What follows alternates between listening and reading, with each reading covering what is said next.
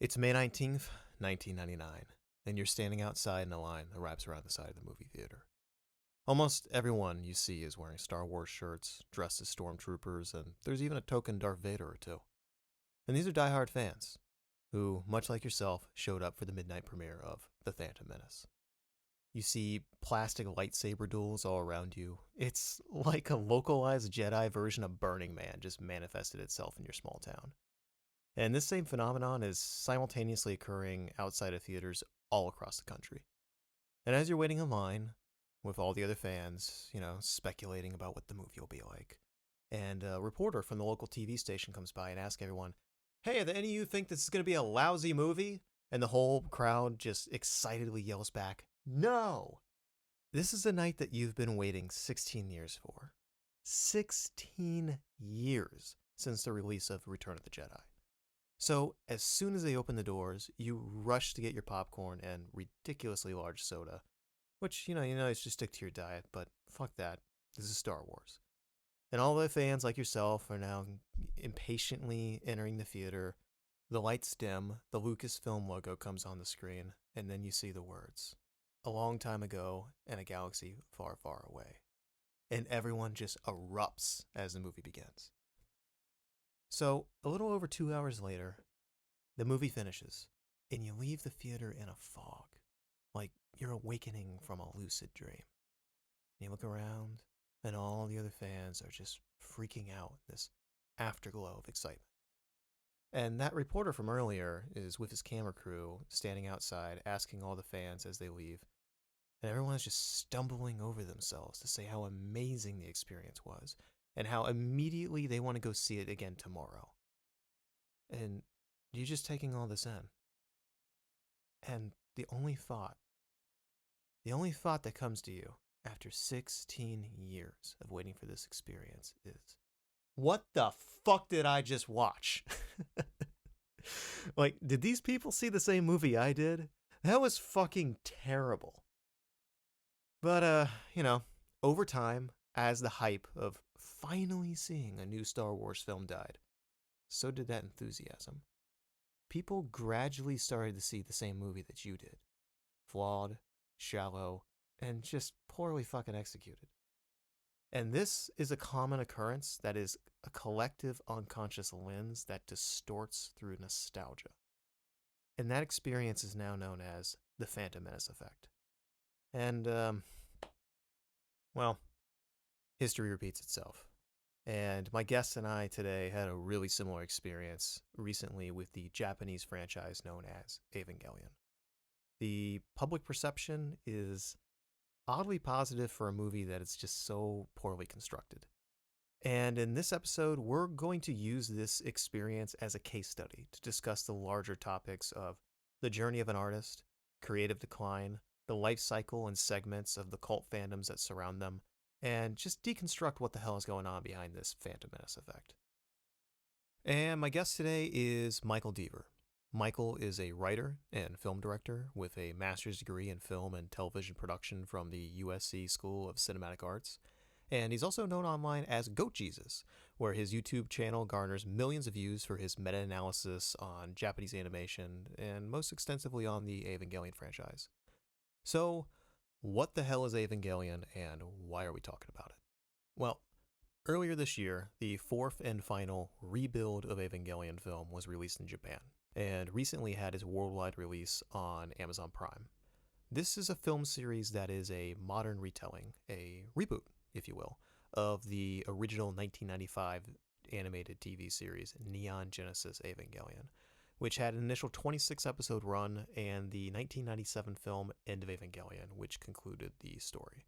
Mikel describes the original Evangelion storyline as a character study that focused on aspects of flawed people and overcoming those flaws in a post-apocalyptic setting that deconstructed the anime genre.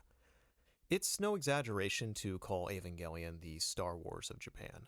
It not only has had a similar level of cultural impact there and around the world, but it also is one of the largest franchises in earnings too. It's a multi-billion-dollar juggernaut.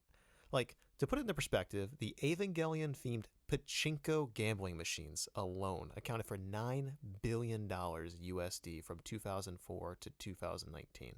And this last movie alone, which released theatrically in Japan earlier this year before the worldwide release on Amazon, grossed $92 million domestically in Japan, even amid the pandemic, becoming the highest grossing film of the franchise. So it's big, and the franchise has dramatically expanded the global spread of Japanese animation. And for the record, I don't really care for most anime. There's a term called otaku, which typically means someone that is very obsessed with anime and its culture. You know, they watch a series of shows and they have all the toys and figures and bookshelves filled with manga, which is Japanese comic books. And they may go to conventions and such and spend a large amount of time online with various fan communities, and there's nothing wrong with that. I mean, it's not dissimilar at all to big Star Wars, Lord of the Rings, or Harry Potter fans here in the West. But I am not one of those people. You know, there are some glaring exceptions for me, though, like the groundbreaking 1988 film Akira, the 1995 cyberpunk film Ghost in the Shell, which directly inspired The Matrix, the 1998 neo-noir series Cowboy Bebop, which Netflix is adapting to a live-action series later this year with John Cho, 1997's Perfect Blue by Satoshi Kon, which inspired Darren Aronofsky's Black Swan, and of course the work of Hayao Miyazaki, such as Howl's Moving Castle and the Oscar-winning Spirited Away. But for the most part, I don't really care for it. You know, most of what I see panders to tropes, cliches, a younger audience, and overall it's just poorly written and executed. But that is where Evangelion was such an outlier for me. It's genre-defying. It's dark, experimental, and deeply introspective. I've always described it to people that are not familiar as it's pretty much like what would happen if Stanley Kubrick grew up in Japan and became an animator. It starts by taking all the tropes and cliches of 70s and 80s mecha anime like Gundam, where all the characters are embodying an archetype that is idealized, and then it slowly over the course of the show deconstructs them and shows what's lingering beneath the floorboards. How misguided and romanticized these archetypes are, and how none of them are actually people a healthy individual would want to actually have in their life. It actively confronts the escapism that a lot of youth in Japan and in the West seek in anime, comic books, video games, other cult fandoms, and now social media. So in that way, it's remained timeless. The series got its financing under the guise of being for a teenage audience, and there's certainly elements of that at the start, but by episode 14, it turns in a very, very different direction. The creator, Hideaki Anno, was struggling with depression prior to and during the creation of the 26 episode run, and in a lot of ways used it as his therapy. By the end of the series, his story totally deconstructs into this abrasive Jungian psychoanalysis mindfuck that is like anything I have ever seen, and quite frankly have seen since. And the movie that wraps everything up, The End of Evangelion, is considered one of the greatest animated films ever made. It, to me, is like the spiritual animated sister film to 2001: A Space Odyssey. It is a bleak artistic journey that most creators manning a franchise at the height of its popularity just wouldn't have the balls to even attempt. It should have, by all accounts, been commercial suicide. I mean, he basically made the film as a fuck you to the show's fans who were angry and even sent him death threats after the way he ended the original series. And yet, it worked. Like, the fucking dude pulled it off. It was a total critical and commercial success. So, what happens when the creator of this critically acclaimed work returns 10 years later to do a retelling? And then the process takes another 15 years to finish. Well, much like those Star Wars fans seeing The Phantom Menace, Evangelion fans had a lot of expectations. So, what happened when Anno was given absolute creative freedom? What about when he insisted on doing everything himself and completely throwing the idea of collaboration out the window so that everyone was afraid to tell him no? Why did the new work become almost a caricature of the original? And why is it so vastly in conflict with itself that it just feels like it must have been directed by another person? Sounds like Star Wars and George Lucas, right? And just like in 1999, with Star Wars fans, this seems like another instance of the Phantom Menace Effect. Evangelion fans largely online seem to love this new adaptation in the media, despite the fact that it embodies the very things that the original was intent on deconstructing and destroying. So, it makes you question, if they legitimately enjoyed this adaptation, what did they even like about the original to begin with? Did we watch the same fucking movie? And that's why I wanted to have our guest on, because Mikel is one of the premier experts in the world in this franchise, and I thought it was an interesting opportunity to dissect what the hell is happening in real time, as I think the Phantom Menace effect is definitely occurring here. So, what are all the psychological triggers that are creating this kind of hype hypnosis, and how the hell does this manifest in our pop culture? And during this conversation, we use some shorthand. So NGE means Neon Genesis Evangelion. That's referring to the original 1995 series. EOE means End of Evangelion, which is the movie that finished the original story. And then the Rebuild movies, which is the modern retelling. There is 1.0, which is the first movie, and then 2.0 and 3.0, which is the second and third movie. And then, confusingly, the fourth and final movie that just released is 3.0 plus 1.0, because it has to do with loop theory and how the whole thing repeats itself, and it's meta as shit, and that's basically part of our complaints about this whole thing. But anyway, let's just get this fucker started. So with all that said, I bring you Mikel Dever.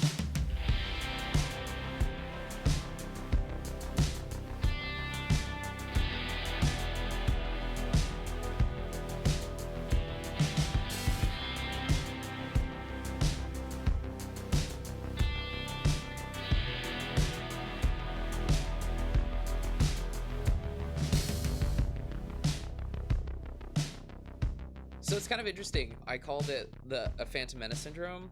Going into Ava Monkey's podcast, I did a podcast with this other Evangelion YouTuber, and I labeled it as Phantom Menace syndrome. Oh, I totally got that from you. People have a negative reaction to it. Actually, Ava Monkey, the guy that conducted that podcast, has been receiving some kind of harassment from a few people in the fandom for being like, we can't contact GoatJesus, tell him he's shit for saying Phantom Menace syndrome. They seem like bothered by the fact that I even called it that to begin with, which I think is really indicative that it actually is. Yeah, it So sounds like Star Wars fans. it's sort of it's interesting because, you know, if it wasn't, you wouldn't care that I said it. You wouldn't like feel some sort of weird deep-seated truth about it and get really self-conscious in this respect. So Phantom Menace syndrome requires a level of hype that builds over the course of several years. Mm-hmm. And it's this cognitive dissonance where you go into something with these sky high expectations, and when you see something that is genuinely and authentically poorly constructed, the cognitive dissonance of you wanting to like it and you seeing something that's not great is going to overtake the not great elements. And I've seen other Evangelion fans in the fandom excuse poor craftsmanship on so many levels, where it's all intentional. Everything that's kind of poorly constructed about it has to be this intentional, like, part of great tapestry. There is this photorealistic Ray head that is just It's hideous terrible. as far as the movie goes. It was laugh out loud funny. I was watching the movie and I was cackling with laughter at how bad this was. Yeah, I watched this movie with, I mean, I've been kind of loosely following the movies, and I mean, it was like, what, 8 years since the last one, something crazy like that. So like I've just kind of fallen off a little bit. But when I heard that it was like going to release on Amazon, I was like, you know what, some of my friends are fans of this, like why don't we just have a little watch party? So it was me and like my fiance and like four of our friends came over on a Friday, and we were watching this, and even in the first 10 minutes we're just like, the fuck is going on? But then when it got to the second half and that Ray Ugh. head, like it became a drinking game, dude. Like we were just laughing at it. It was horrible. I mean, there's several elements that are really funny about the movie. Like, I have a list of things that I think are just laugh out loud funny in respect to this film, and I've never been able to say that about any other entry in this Yeah. franchise. Maybe there was like one or two moments, but not a list, like a checklist of things that are just hilarious. The CGI Rayhead, I've been hearing like it's a deconstruction of animation itself, trying to reveal the underbelly of CGI and the grotesqueness of it. And they'll come up with any kind of like reasoning for it. But we have this documentary from the creator Hideaki Anno that sort of goes through the process of making the final film, and there is some jank CG in this movie, but he also forced his entire staff to redo the third act of the Mm-hmm. film, like the entire third act of this movie, a year before it was slated to After like release. what, 6 years of being in development or something like that? Yeah, how do you like that's not a possibility that it is just this slapdash thing. Like, even seeing Hideaki Anno's process behind the scenes, which just reveals so much. He didn't come to the workplace, half the time. He was like late to meetings, wouldn't show up entire days, would sort of dismiss what his staff was showing him and presenting him. His approach to storyboarding, which I think is abysmal, where he just had his team have these CG models of the Mm-hmm. scenes, and would print out several versions of each screenshot, or like a screenshot of the scene from 60 different angles, and then he'd circle which ones he thought was most interesting. Mm-hmm. And this sort of pre-visualization is done by directors like David Fincher, but David Fincher is so much more hands-on and involved with the way that that is He's done. surgical. Where he'll yeah, when you watch him behind the scenes, he's not circling storyboards and being like, oh, this one's kind of interesting, this one's kind of interesting. He'll be like, no, I need this camera to go down the CG hallway in this Mm-hmm. way, I need it to pan this way. He's very specific about what he wants and has like a clear vision. When Hideaki Anno is circling these CG printouts, it's not specific. And the way that he talks about things, at least in the documentary, and documentary is slanted. Maybe the documentary creators had something out, against Hideaki Anno in secret, but and they would have You can't fake a lot of the shit that's in there. I mean, like, there's this scene I remember, for people that aren't from don't know what we're talking about, on Amazon Prime. There's like a two-part documentary behind the scenes of the making of this film, and there's this scene, I think in the first one, where they're all basically in like a creative meeting. They take like an offsite, some hotel or some shit like that, and they're sitting there.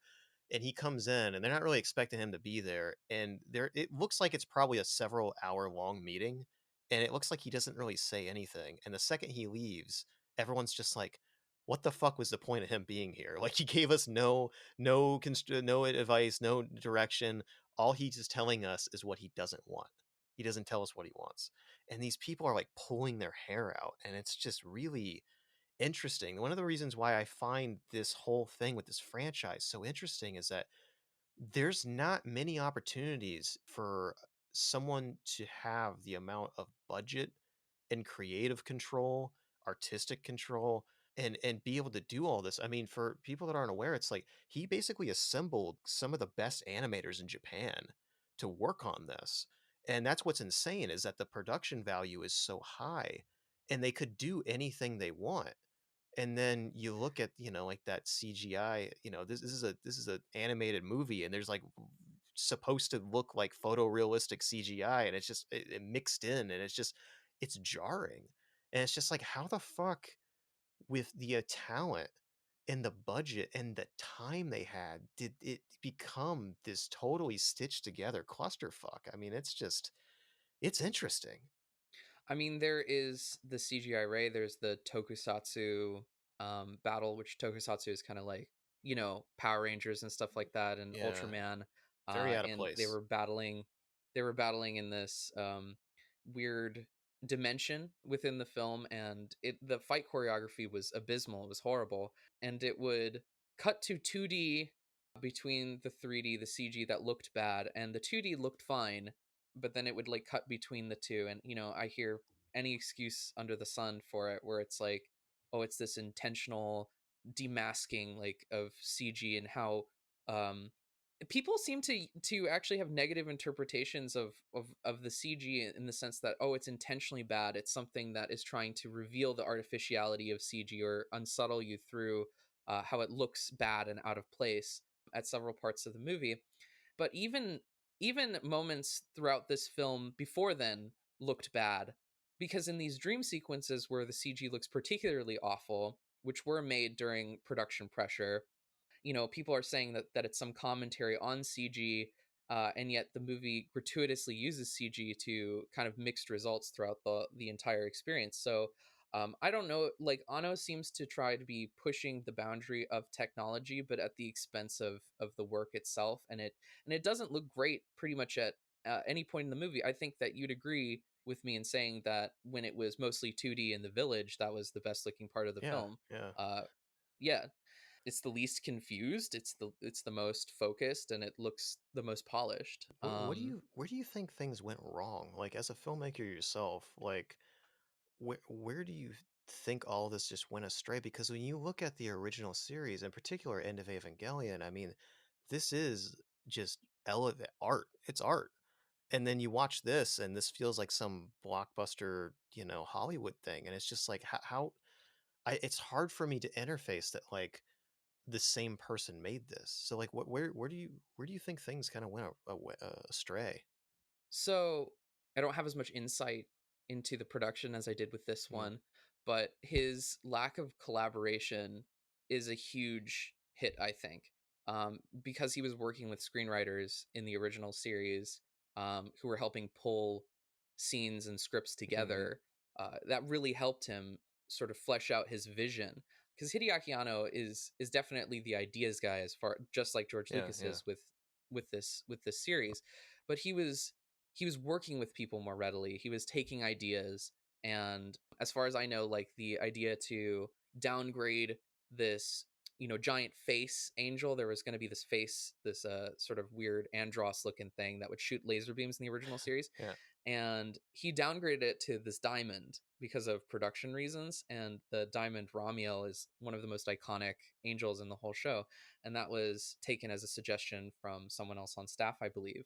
And so it's like he would take more suggestions, he would change things. And I remember also reading that with the in episode 24 there's another angel, Kaoru, and his function in the story was altered by the screenwriter Akio Satsukawa, to be more like personal and more like intimate with Shinji, which would bring him down psychologically Mm, later.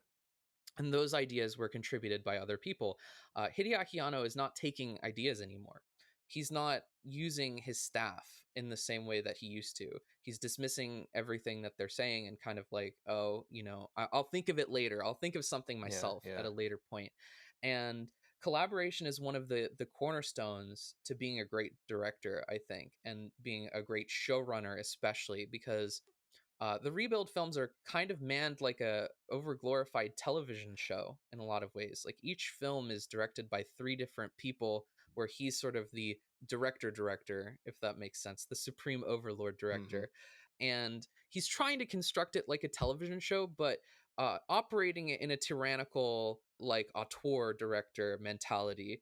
And there's a lot of directors who are auteurs who are very like control freaks, but a lot of the greats are Mhm. collaborators, like the Coen Yeah, brothers. yeah. Amazing collaborators. They themselves are like collaborating with each other to make something good. Like Quentin Tarantino famously said that the only reason his films are half as good as they are is because he keeps people who are doubly talented than he is on set. Mhm. And so it's you have to be looking, you have all these amazing people around you, and you have to listen to them. And for the original series, he was listening, he was trying to put things together. He made Neon Genesis Evangelion and the End of Evangelion in a shorter time frame than two of these movies, which is insane. So he created an entire television series and a film in record time compared to these films, and was in the headspace, in it with everyone, trying to scramble to get things together. And they had an outline. It wasn't just like random improvisation or anything like that. Television never is. You have a series Bible and you're trying to stick to it, but production happens and things have to change. And when you have those pressures, you have to fall back on the people who you trust all around you, the talent around you.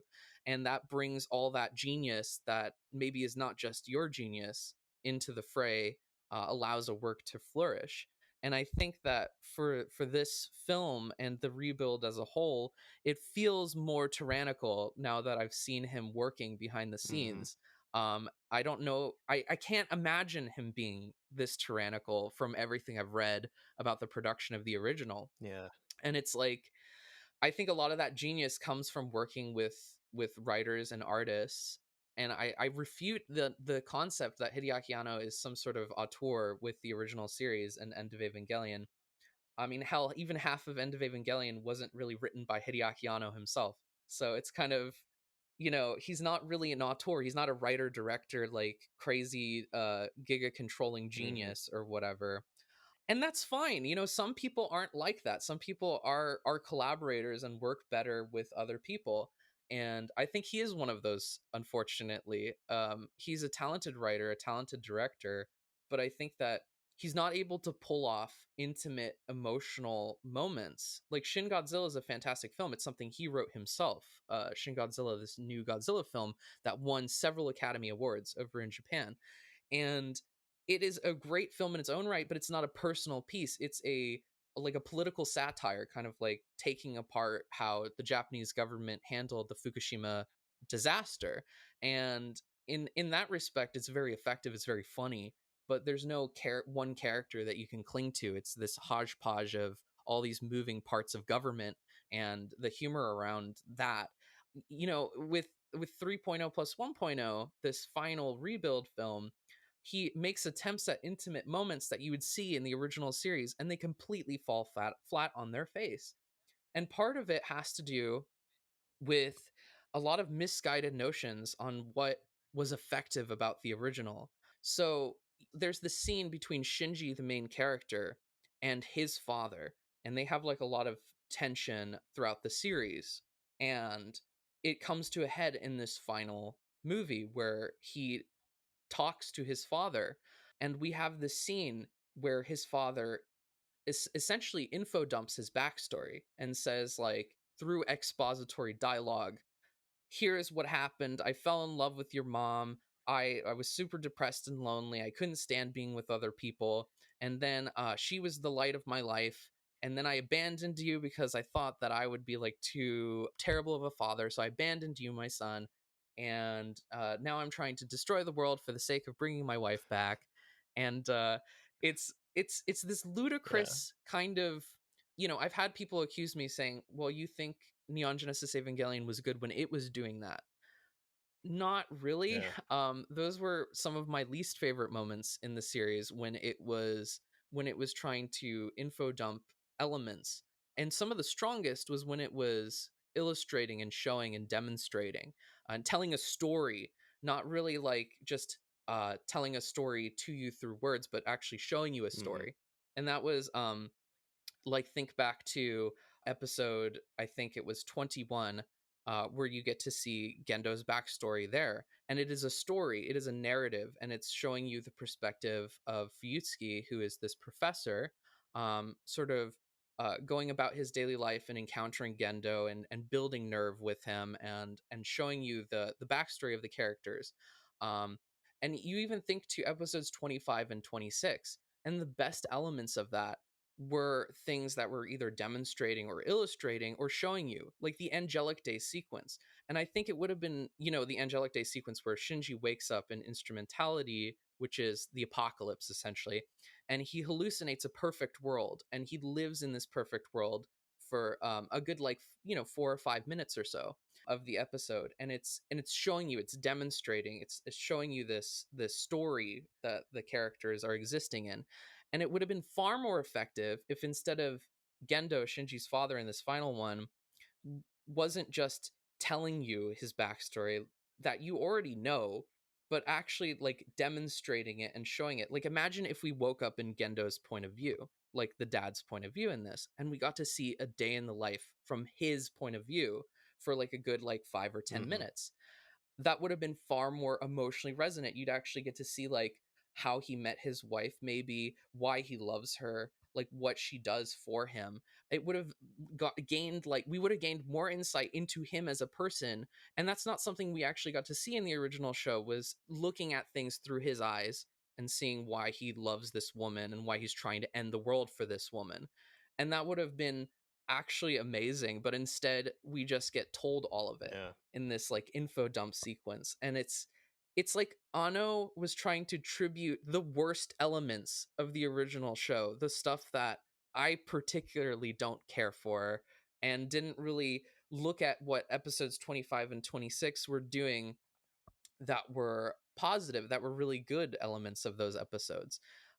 Being dialogue driven is fine. You can be a dialogue driven thing and still show and demonstrate. There's this amazing film trilogy called the Before Trilogy by Richard Linklater, and all of it is dialogue pretty much.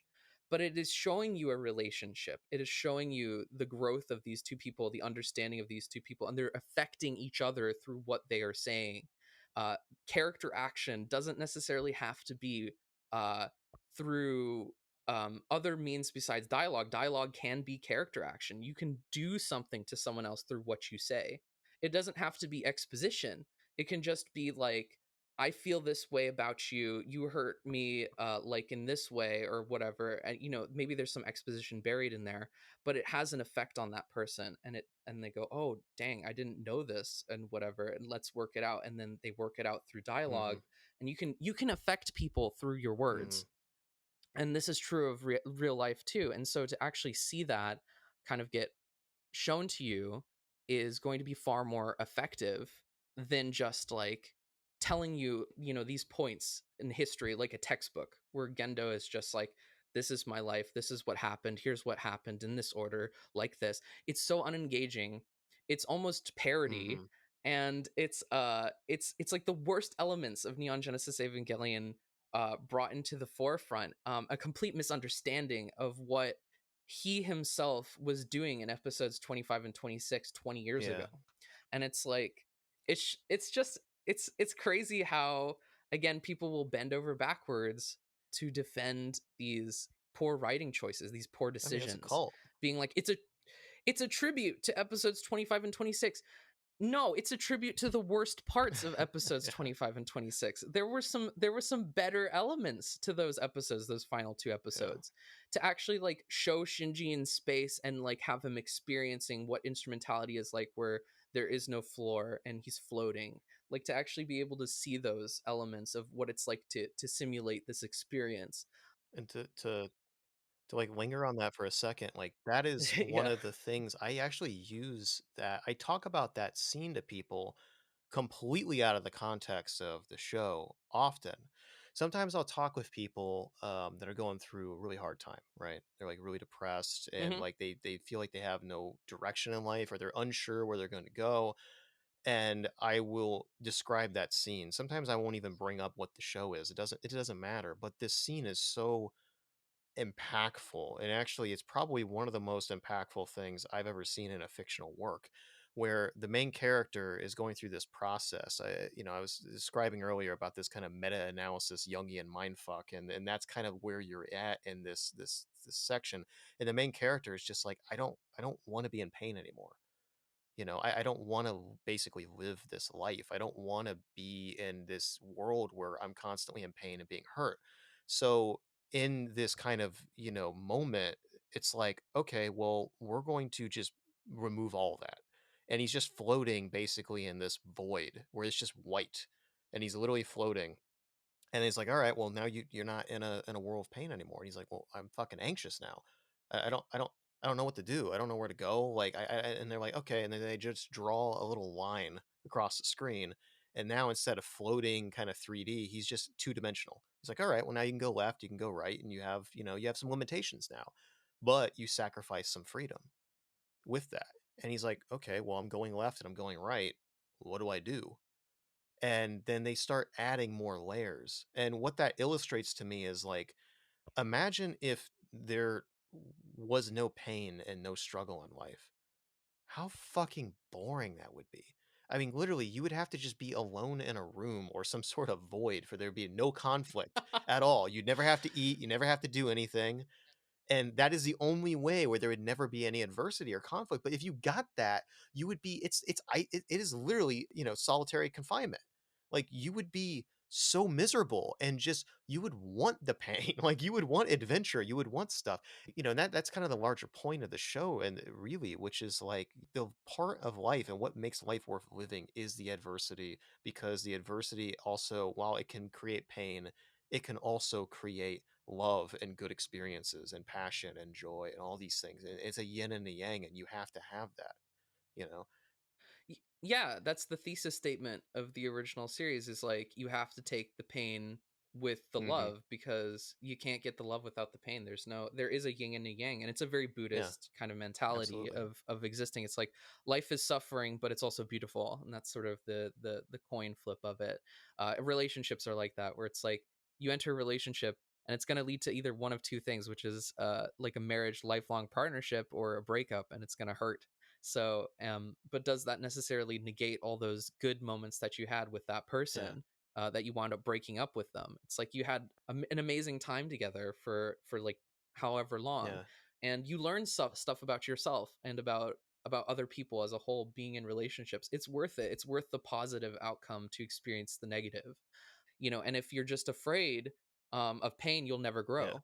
Like, that's the thing, is through negative experiences, through failure, we learn and we grow. And that's part of the big philosophy of Evangelion. And people have tried so hard over the years with Evangelion to be like, it means all this crazy, like, postmodern whatever. And it's very like humble. It's very simple in what it's trying to say. It's not crazy complicated. I mean, it's told in maybe a complicated sure. way, and I Yeah, think that confuses people. But what it's getting at is so true to the human experience. Where, like, what did you get out of this final film? Like, what do you think? What do you think the themes were here? Like, what is the message here? Is it? yeah, Because what I got from 3.0 plus 1.0 was, go outside, go touch yeah, grass, live life, forgive those who have done you wrong, and then just like get a babe and go out there yeah. and get in the world, be a wage slave. Yeah. Hell Yeah, yeah.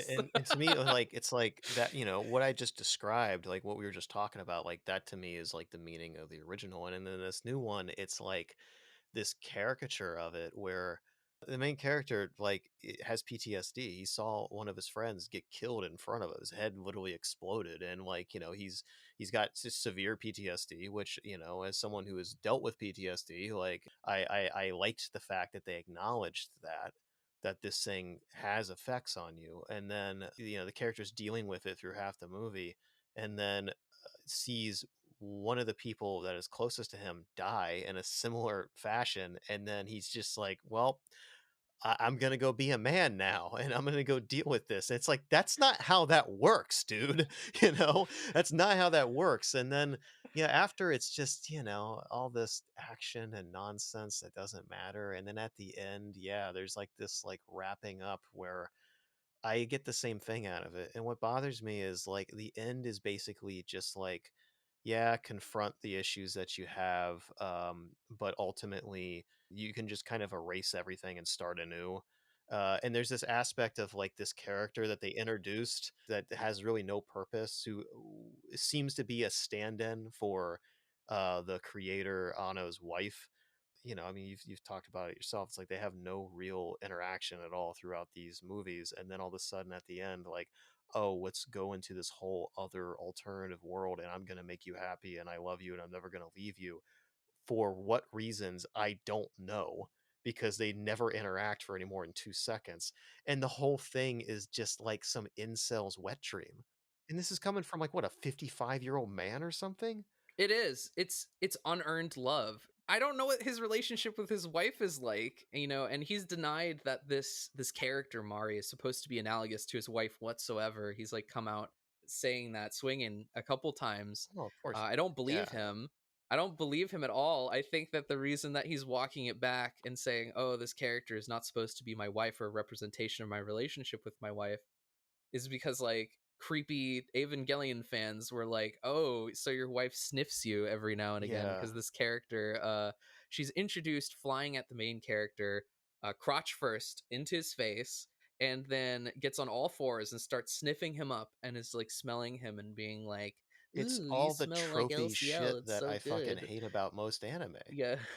And people have watched this movie and see that Shinji, the main character, gets with this random character that they added at the end here, and people go immediately to, "Oh, it's his Yeah. wife. It's the creator's wife, and he wrote in this character so that Shinji, representing himself, gets with his wife at the end." And if you're to believe Anno, then it's just a horrible Yeah. romance, and that it's not his wife, and it is just the worst romance, probably one of the worst romances ever put to film. But see, I'd But see, say, that's what's so but interesting to me is that the fact that like you have a franchise, you have a movie series this big that, it was like what, like billions of dollars just in like game stuff. You have this huge franchise, and I find it really fascinating that there's so much meta shit happening to the point where if you haven't, there's so many layers here. I've never seen anything like this in a creative work ever in pop culture, where you have a series, an adaptation that only really truly makes sense if you had watched the previous one, but they're supposed to be entirely separate. The original intention, from what I understand, is it's supposed to be a separate where new people could watch it. So that's one step. But really, unless you know about this man's life, the creator, none of the shit that you saw makes sense. So you have to have watch these movies, watch the original series and the movie, and then know about the creator's life and the context behind it just to start to make sense of what the fuck you're watching.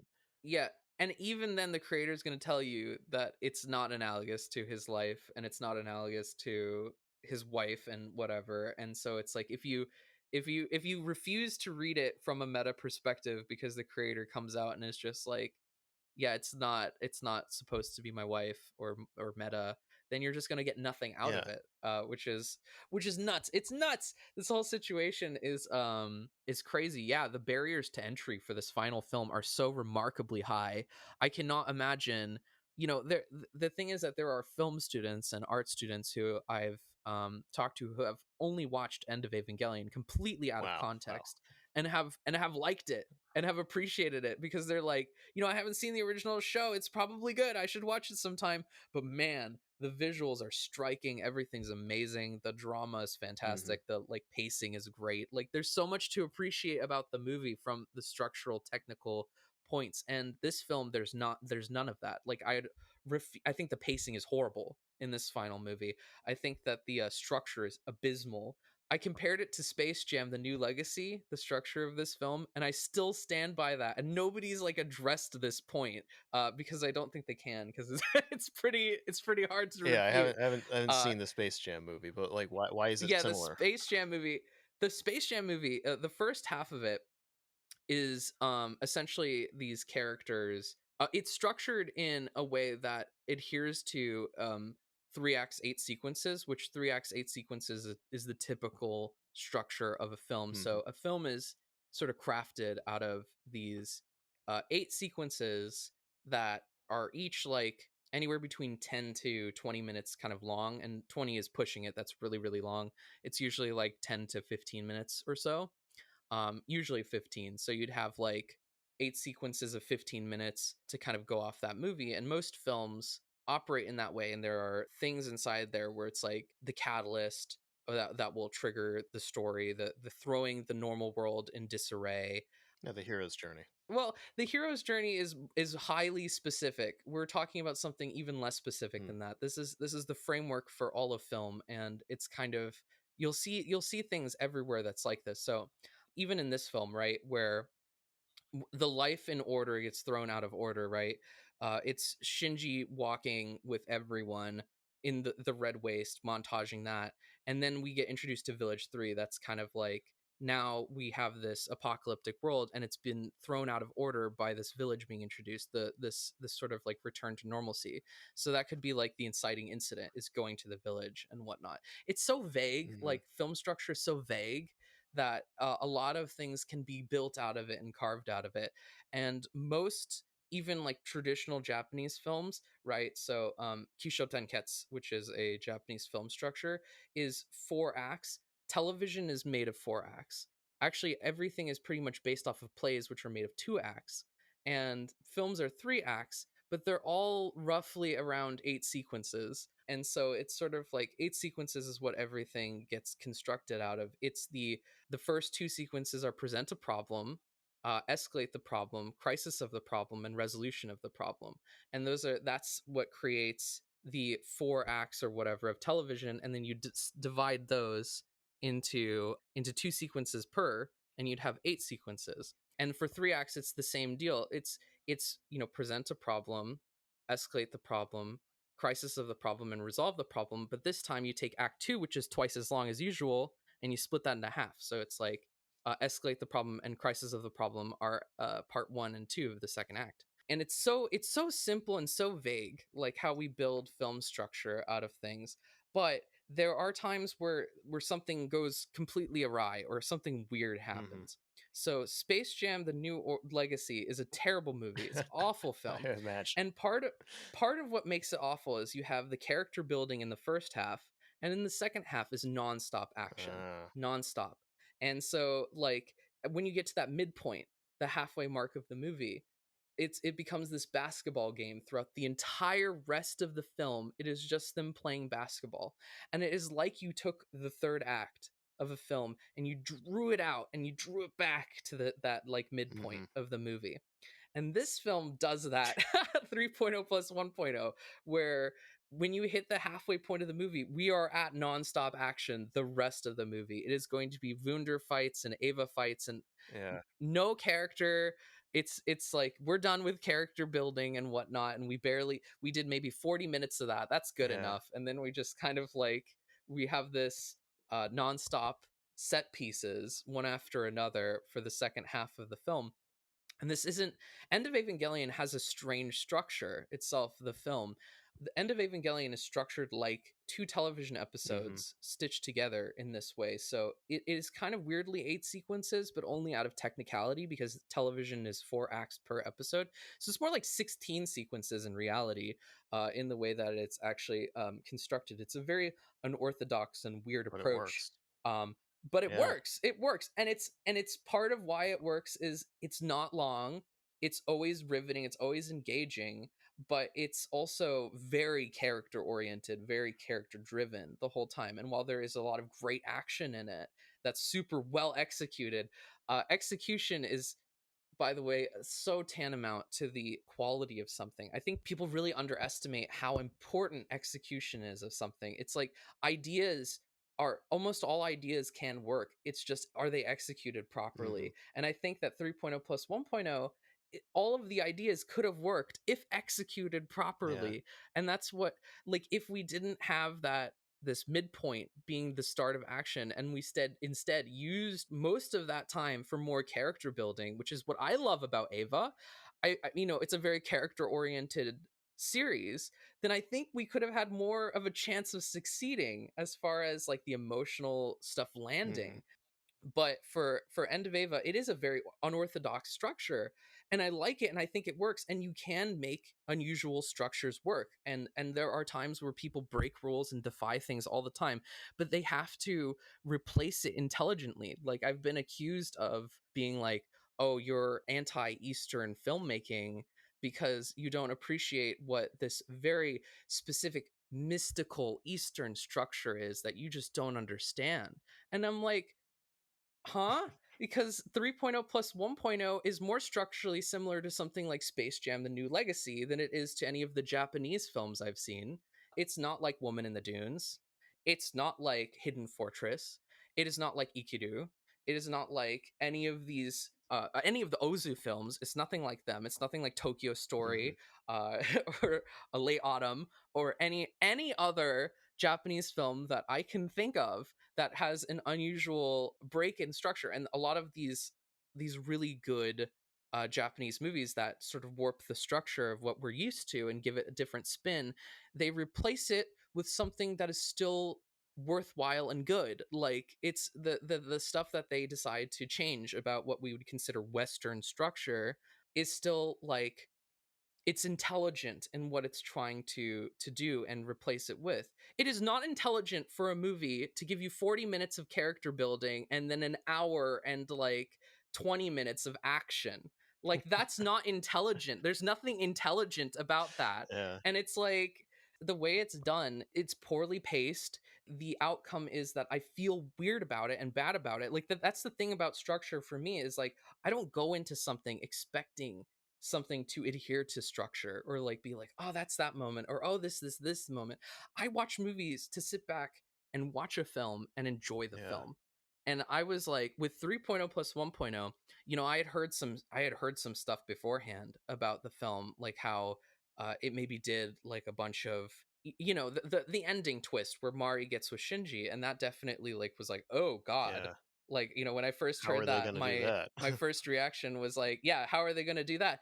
And then I started thinking, oh, well, I guess if they spent most of this movie kind of developing them as characters, then, sure, I could see that being the outcome. And so I went into this movie being open-minded to the fact that, I was excited. You can hear me on podcasts leading up to the film's release being like optimistic for the film, and really being like, yeah, I think it's possible. I think he can pull it off, like, and whatnot.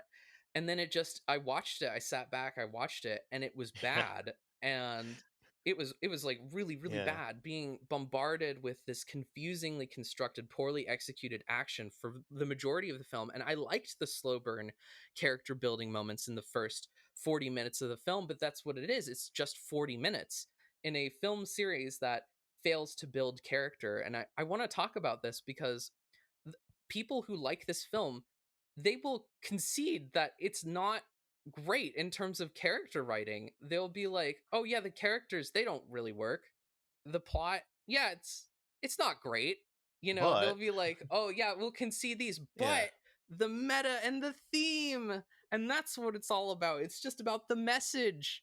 Get outside and go out there and do that thing. The message that was done more effectively, more specifically in Neon Genesis and End of Yeah. Eva, that was done less condescending and less strange, by the Yeah. way, because Anno, he builds up Rei in this film as this rice farmer, this character that we've come to know and love in the original series, and he makes her go onto a rice plantation and kind of plant and be this blue collar worker, and he fetishizes this in a way that has like, I doubt he has any personal experience working in a farm. It feels like he watched the film Only Yesterday by Isao Takahata, which was this movie about a woman going to the countryside and kind of getting in tune with nature on a flower plantation for dyes, and which is a great film, by the way, but it feels very secondhand and inauthentic.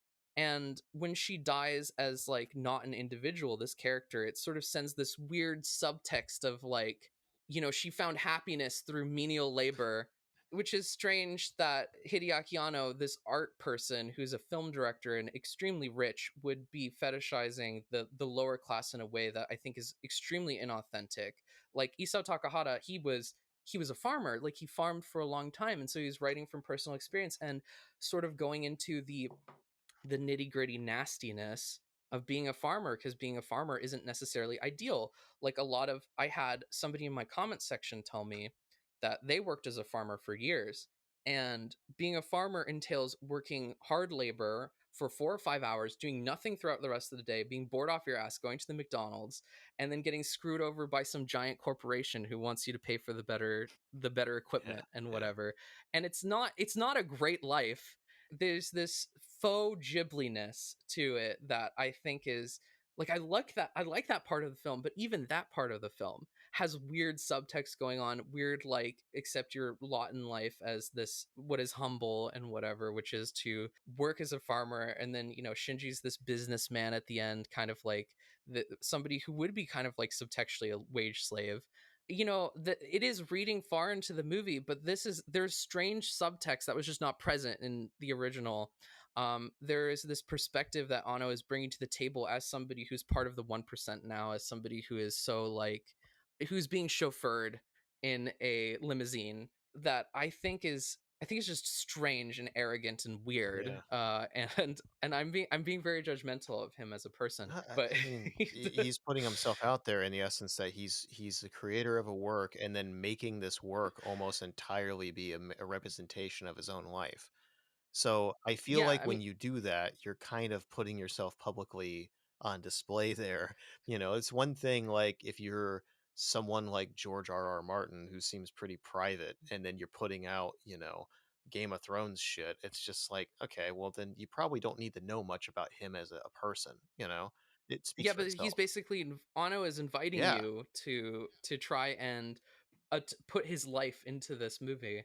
I just think that it's strange that these messages are like, to me, they're worse and less specific than Neon Genesis and End of Eva. And I keep having to harp on this or rag on this because this is the thing that people love about this movie, is that they're coming out of it being like, this message is amazing.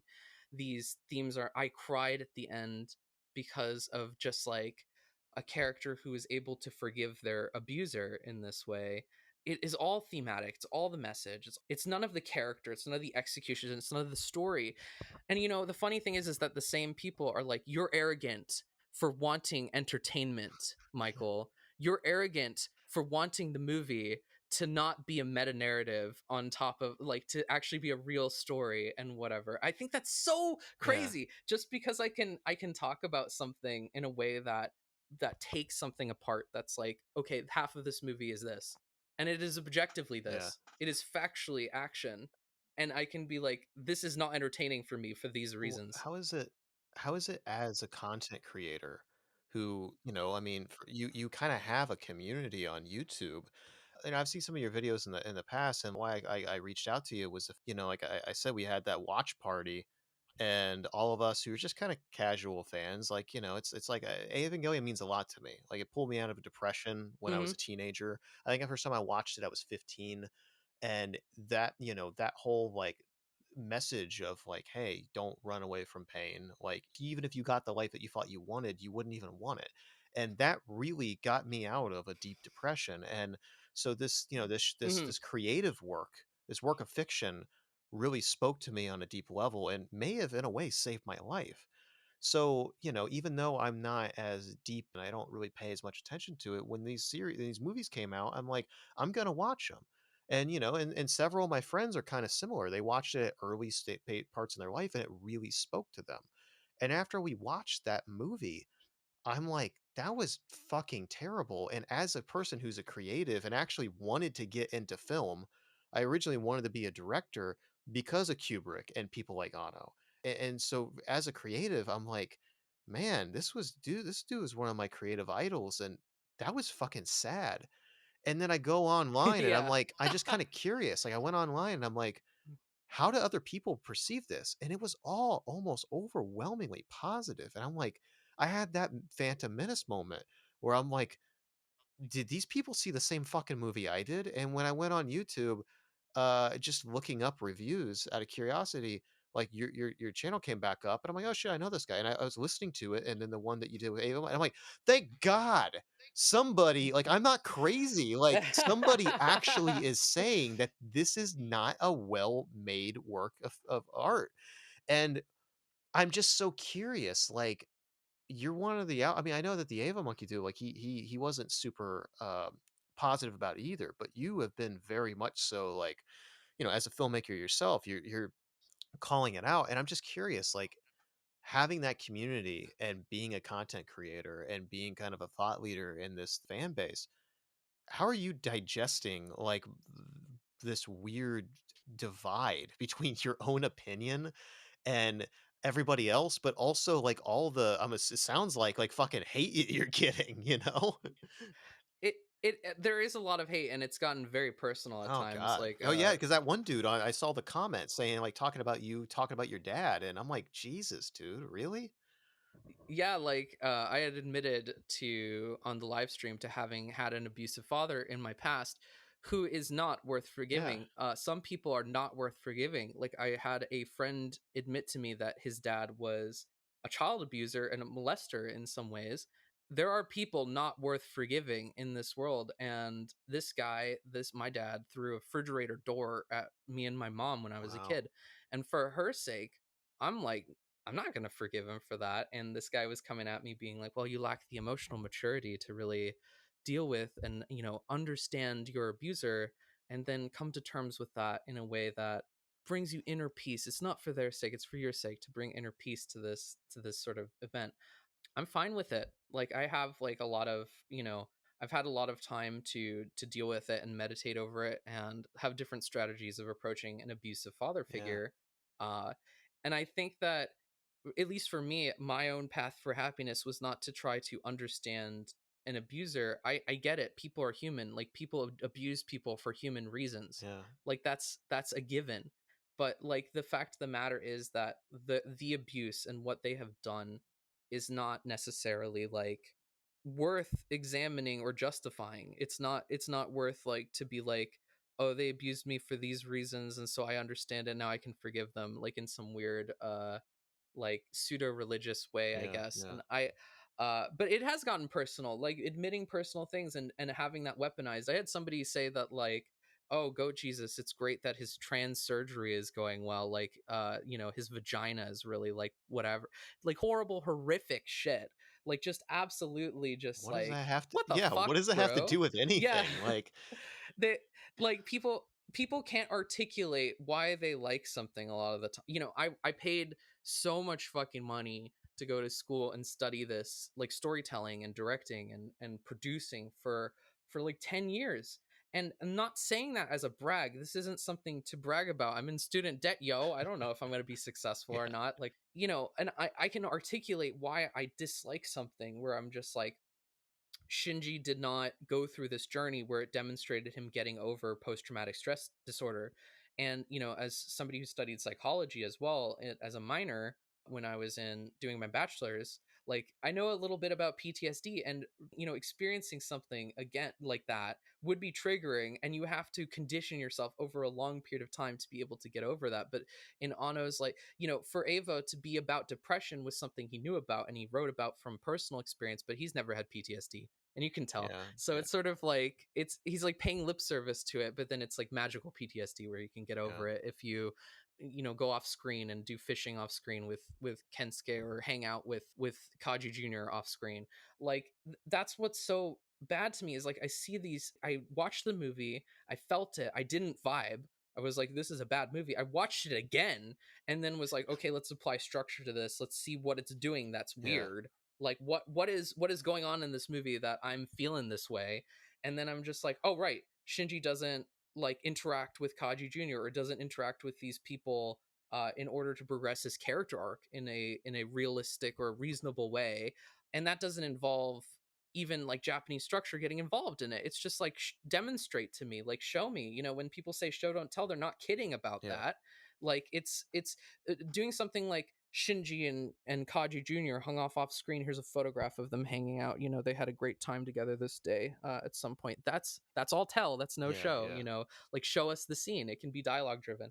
But then people like the fan base, they think I'm pretentious for bringing in this stuff, which hilarious considering Evangelion fans are always called pretentious. That's like the big thing. If you like Ava, you're pretentious. That was like a big shit. And now Ava fans are calling me pretentious, which is really funny for being like, here's why I didn't like the movie. I'm explaining to you exactly why. Like this is like it's pinpointed because I have this education. I can share it with you guys. Like don't waste your money on film school. I'm here to be film school for you. Here you go. Here's some stuff that you can gain insight on and I mean, it whatever. really is like a cult.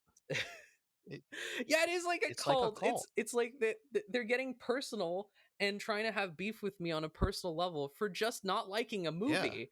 And it's like, and it's not only that, but it's just it's a silly movie. It's not even well made. And that's why I think it's Phantom Menace syndrome, is just like the cognitive dissonance is so strong and the attacks are so strong defending this thing that isn't really super worth defending. And I feel like part of the attacks come from feeling like I'm right on some level. Like if they hear me and I'm talking about it, I'm like, it didn't do these things, which is objective. Like people, okay, objectivity and subjectivity are both two sides of the same yeah, coin.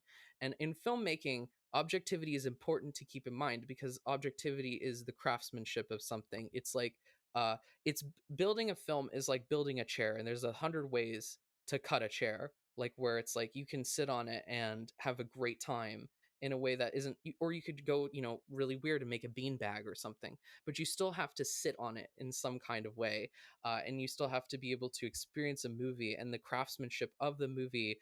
There are objective qualities to it. So when I brought up stuff in my original video about continuum of movement or like composition, a lot of those elements tend to be objective because it's like For example, if my eye is having to struggle to move across the screen because the focal point keeps changing all the way, like from the top left to the bottom right, like I'm having to work extra hard to actually pay attention to what's going on. And that's easily going to disengage a viewer over Hmm. time.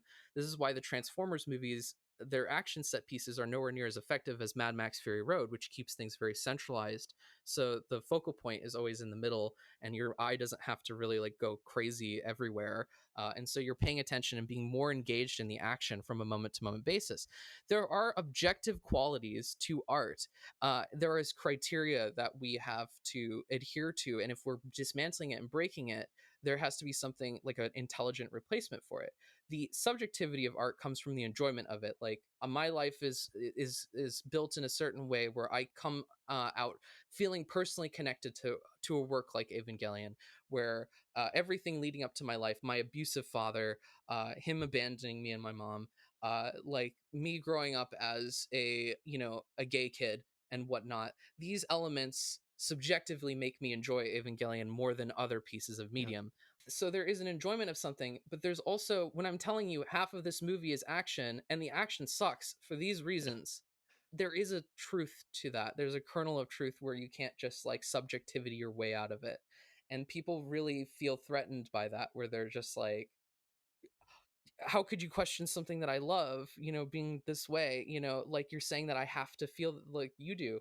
You don't have to feel any which way about it, but it did this thing, and most reasonable people would agree that this isn't great in other Yeah. pieces that they've watched. Oh, I was talking with someone the other day about how the action of 3.0 plus 1.0 is bad and the actual construction of it. And then they went over and to the left side, and we're just like, well, Oscar versus the MP Avas is a bad fight scene. No, it's not. And No, it's not. and they were trying to prove a point by like having this opinion that was so contrarian that this epic amazing fight scene was somehow poorly constructed, and the reasoning was baffling. It was like the shading on their abdomen isn't good. D Wasn't it, like, one of the best, like, Japanese animators, like, alive, like, worked on that? Yeah, it's amazing. Like the focal points are easy to keep track of. The action isn't so crazy fast that you're like having a hard time taking it in. It's all engaging. It's heavy as fuck. The framing is amazing. Like there There's another element to it where it's like, I don't it's like like- action. I don't like really action much in movies or TV shows or any of that stuff. There could be some exceptions, but for the most part, it's boring to me. The yeah, thing same. about in that scene that we're referencing, that was in End of Evangelion, it's really the only real actual action scene in the whole movie. And the thing that's so amazing about it is that it is entirely about completing that character's arc, and the action is a Yes. way of executing. There's a real reason and weight, and the action scene is brutal, and there's so much emotion behind it, and it's so important for the character for them to basically survive. It is literally a battle for survival. It's not like some weird Transformers kind of like robot porn bullshit. And it is an awakening moment where the character essentially like self-actualizes in a way. And then you contrast that with these other films that it's just nonstop Transformers monster porn, and I'm like, how is this the same creator? It's very confusing to me. It is amazing that it is so night and day, because you're right. Like contrast the Oscar versus the Metal Gear Solid 4 Yeah, robots in 3.0 plus 1.0 to Oscar versus the MPAVAs and EOE, and you're right, the characters all behind there, where Oscar was this character who was she was refusing to connect with her mother inside of the Ava unit, because she was like, my mother neglected me, and she wouldn't accept the fact that her mother didn't actually neglect her, like, or anything her mind was in a dark place, like she was mentally ill herself, and she had her mother schizophrenia or dementia or something in like that. Yeah, well, it was like it was analogous to that. Her soul was ripped out of her body and put into the unit. She was essentially analogous to being mentally ill, and so Asuka wasn't really considering the good that her mother was before that mental illness and whatever, and kind of refusing to accept the like her mother as an actual figure of positivity, because it was just like all the negativity from the mental illness. And like that's analogous to real life, where you know your parent has dementia or something, and it would be like if you decided like I don't want to hang around or my father or even think about my father, when because he used to be so nice and now he's like he's just not even the same person anymore, and it's like you're not empathizing with their current experience. And so she's not capable of like empathizing with her mother's experience and letting her mother in because of that hurt from having gone through that. And so her accepting her mother and being like, oh yes, she's like watching me this whole time and protecting me and actually was a positive figure in my life, and I wasn't really like empathetic enough to understand that this other person wanted to protect me in this Yeah. way.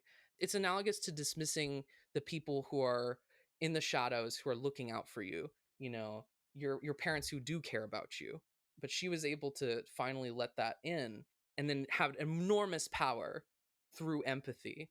And that's like incredible. It's a character moment. It's the absolute apex, the crux of this person, having been so self-absorbed all this time, and now finally letting someone else into their heart who cares about Yeah. them.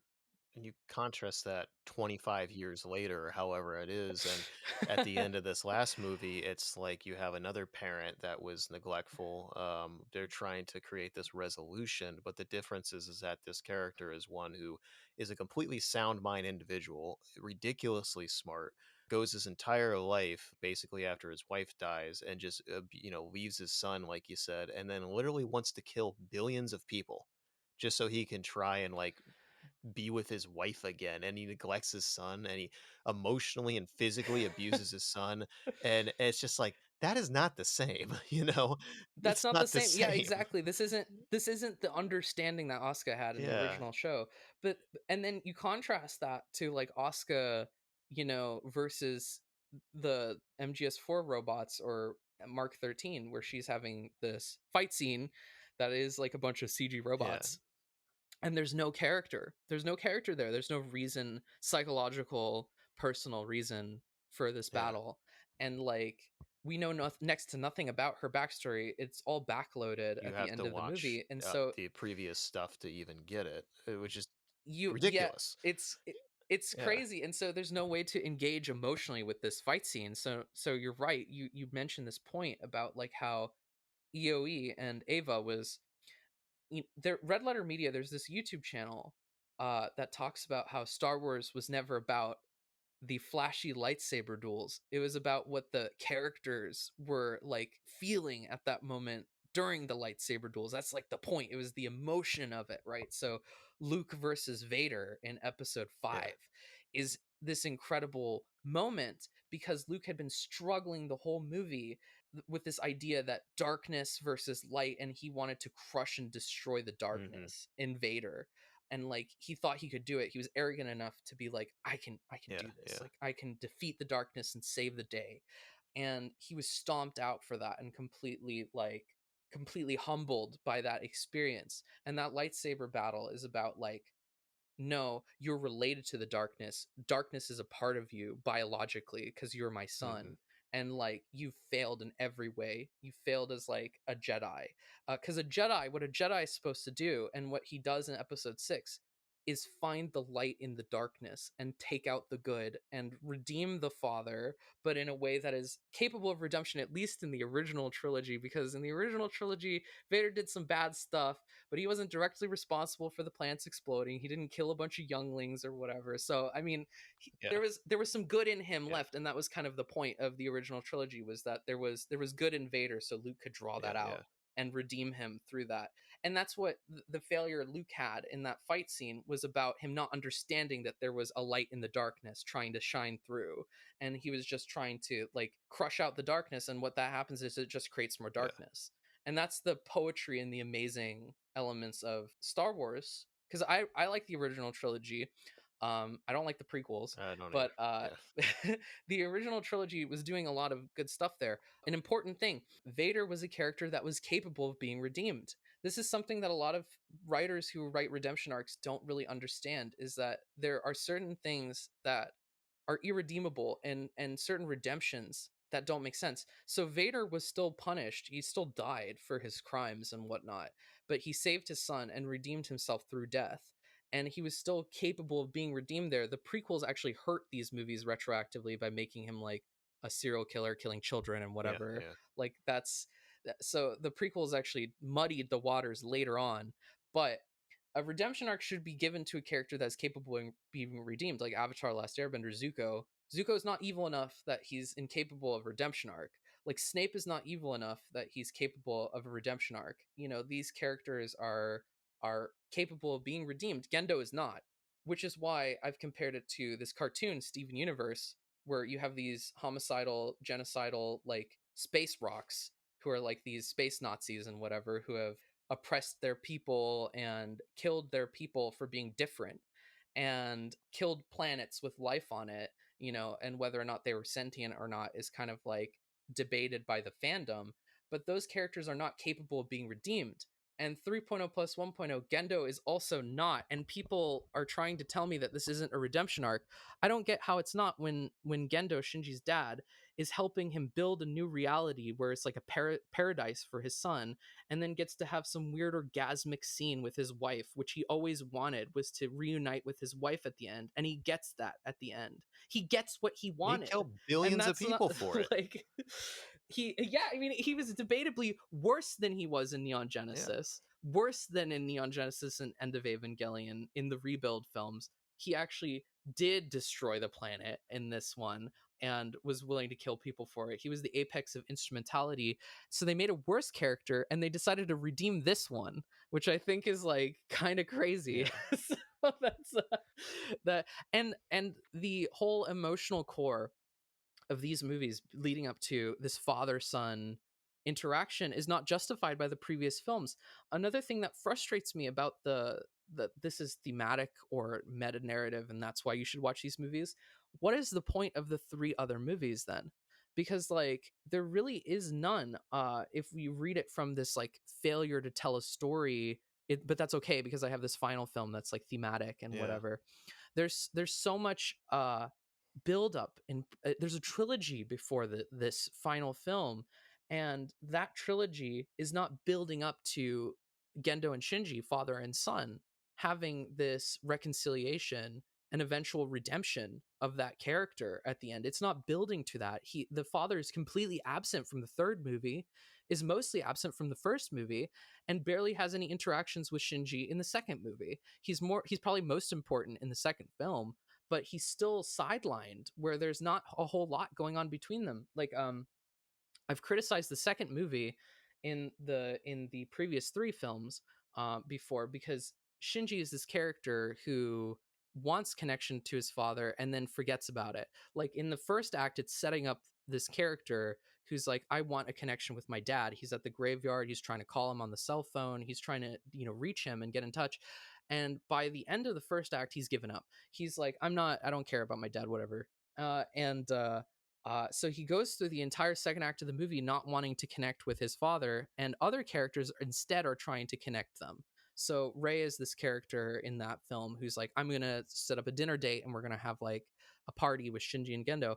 And in retrospect, if these movies had been planned better, maybe it would have been better to have Shinji try and get his father's attention more actively and been an active participant, and maybe even connected that to 3.0, the third one, and had him try there, because then you could build like at least this through Yeah. line, Yeah. at least, where it's like about Shinji and his And that's father, if you wanted to make it about that's one of that. the weird things when I look at these franchises, because like I look at I'm just kind of taking a look back at like fiction and pop culture, and looking at where the obvious mistakes are. And if you look at, everything that I'm about to say applies to the Evangelion franchise, but also it's just like Star Wars. The one thing, and it's odd because like I'm never one of those people that's like, well, the new movies make the prequel movies better. But the one thing I would say is at least there is a cohesiveness to the three of them. And clearly it seems to me like George Lucas kind of bullet pointed out the arc between all three of the movies and how it related back to the original trilogy. I don't like the way he did it, but he at least did that. And then in these new Star Wars movies that Disney did, Disney could hire the best writers and the best directors in the world, and they instead decided, from what I can glean, to basically just do them one at a time and see how people react and then riff off of it. There was no real like plan, it seems, based on the fact that the plot changes between the movies and the tone changes so many times. It's very confusing to me as someone who's both a creative and then also just as like a fan watching. I'm like, what the fuck is happening? It's very confusing to me. Um, I don't know. And then you look at something like a Game of Thrones where it's just like, Jesus Christ. Like, I mean, that is literally going to be a case study for probably the next 50 years on how to destroy a fictional work of art, how to destroy a fandom. Like, every, It's yeah. criminal. I mean, Game of Yeah, Thrones was horrible. like at the height of Western pop culture for many years. And now it's like nobody talks about it. It's dead. Like, it's just dead. It's just fascinating. Whereas, things like Harry Potter, Star Wars, Lord of the Rings still have a very beloved spot in our pop culture. Game of Thrones is just like, no, never happened, and I just find that really interesting when you think about it in the context of these franchises. But I'm curious, like, as a young filmmaker yourself, it's like, do you worry about this in your own trajectory? Like, do you ever worry about you almost like losing touch with your creative muse or like becoming a caricature of yourself? Because like I think about that for myself. Like I look at, as I'm venturing further and further into, podcasting and kind of just doing all this, it's just like, man, I think about like I look at the trajectory of a Howard Stern and a Joe Rogan. And it doesn't mean that like I have to be at that fucking level. I don't really want to. But my point is like if you do enough of these long enough, you start to kind of change and you start to do it. It's like Howard Stern made his entire career being an everyman that was basically raging against like pop culture and celebrity. He was the one that would call out politicians. He would call out all the hypocrisy, and he was like the voice of the people, and he did it while being funny and like saying shit that most people wouldn't. Then he became what a lot of people describe as Hampton's Howie, and now he's on Dancing with the Stars, and he is the celebrity. He is the pop culture. Like he is literally like become the very thing that in the early 90s he used to make fun of and call out. And I mean, Joe Rogan to a lesser extent has kind of got that trajectory going too, and people that are like him. So I just think about this as a creative. Do you worry about this yourself? See, I've got a plan. I'm gonna just like make two good things and then a really bad thing so that everyone hates me again. And then I can be like then I can keep that Yeah, cycle yeah, yeah. going. And no, it does worry me a little bit. Like actually being successful, and it is kind of a poison to your personhood in some ways. It does concern me. I think coming into it with some self-awareness or some modicum of self-awareness will help, because like I think you have to make a choice again not to listen or to be like arrogant in some way like Anno was with his staff. You have to make a deliberate decision to be like, I'm the top Yeah. shit and I'm like this way. And so if you at least go into it creatively being like, I'm not the top shit, like are you familiar with Breaking Bad at all? Oh yeah. Yeah. Vince Gilligan is a very, very humble person, and I think that he's the model of like how to approach success in a lot of ways. Because he doesn't go online, he doesn't read forum posts like Anno or anybody like that. He didn't even know Breaking Bad was like as a culturally a phenomena as it was until like it was so overwhelming that it Yeah. got to him. But he was just like oblivious to it, and he's like, yeah, I'm just living my family life. I'm just living life and whatever with my friends and my IRL situation, and I'm not really concerned with the bigger picture of it. And I just make things, man. Like that's what I do for He my seems like a job. normal human being. Live life otherwise. Yeah, exactly. And it's like it doesn't really get to him or anything like that. And Better Call Saul is a very good show, and it's very kind of like it flies in the face of a lot of expectations of Breaking Bad, which is cool. I think being different is like very important to keeping your spark alive, to keeping that flame alive, is coming at it where I'm not going to just make this again. I'm going to make something Hmm. different, and it's going to, even in the same universe, it's going to be different in tone. It's going to be different in like the crime in Better Call Saul is almost like jovial in comparison to Breaking Bad, where it's very brutal in like a lot of ways. Yeah. Uh, and so it's very yeah, it's just someone exploring that creativity, but they're not. I think being on social media and being kind of like a social media presence, or paying attention to what people say online, praise or hate, it gets to you. It really does. Yeah, And it yeah. kind of like wears that down. And especially if it's on a celebrity scale. Like I think as a YouTuber and whatnot, uh nasty comments are one thing, but can you imagine that on like a Oh zeitgeist yeah, level where yeah, everyone outside of your friend group is like talking about you behind your back, like millions of people and whatever. yeah, And whether that be praise or yeah. hate, and I think praise will get to your head, it will inflate your Mm-hmm. ego, and the hate will spiral you out of Yeah. control. Like Anno was talking about, he did an interview recently, Hideaki Anno, the creator. He said he was reading forum posts deliberately about NGE when before he made EOE. He was like Google searching himself. He was like Hideaki Anno Yeah, Evangelion yeah, and yeah. whatever, and it made him want to kill himself after reading the forum responses to Neon Like Genesis. seriously, He he was went like, through a major I depression apparently. yeah, he tried to kill himself twice before like End of Ava was through. And End of Ava is partly inspired by those feelings. People have sort of fought with me about this, but I've always interpreted the opening of End of Ava as Shinji trying to drown himself, and Ano, but he couldn't. And that speaks to, because he's dripping with Yeah. water, and people, some people are like, oh, it's sweat, and I'm like, really, guys? He's like standing in front of like a body of water. He tried to drown himself, but he couldn't. And that speaks to Ano's headspace, because he said he tried to throw himself off his Mm. roof, but he Yeah. couldn't, and he was too much of a coward to actually to kill himself, because he's like, what if I experience pain? Like, I'm gonna hurt so much if I break my legs on the way down and Yeah, yeah, whatever, yeah. and I'm still alive for like 10 minutes before I bleed out on the pavement and whatever. And it's absorbing that toxicity is bad, absorbing that positivity is bad. I feel like you have to do your work as work, and come back home and be at home and live home. Mhm.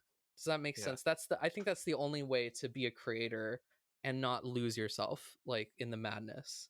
It's like you almost have to be like, I'm creating things. Oh, it did financially well. Cool. Awesome. I'm moving on to the next project. Like that's it. It's like you shouldn't think of yourself as, I created Neon Genesis Evangelion, cultural phenomena or whatever. And when you start trying to please people as well, it really hurts your work too, when you are influenced by the outside world. And it's not you focusing on self-betterment, it's you focusing on pandering to other people, and that really hurts too. Like Ano said that these rebuild films are not what he would have made if he wasn't considering his fan base. He had a quote Yeah, saying yeah, that. I saw that in the documentary, and he at one point is in the editing room where he it seems that he, just based on those two documentaries I watched, it seemed like he was pretty hands off on the creative process until maybe like halfway through, and that could have just been the Mm. cutting of the documentary, but based on the interviews that they kind of the comments from some of the staff, that's what it sure seems like.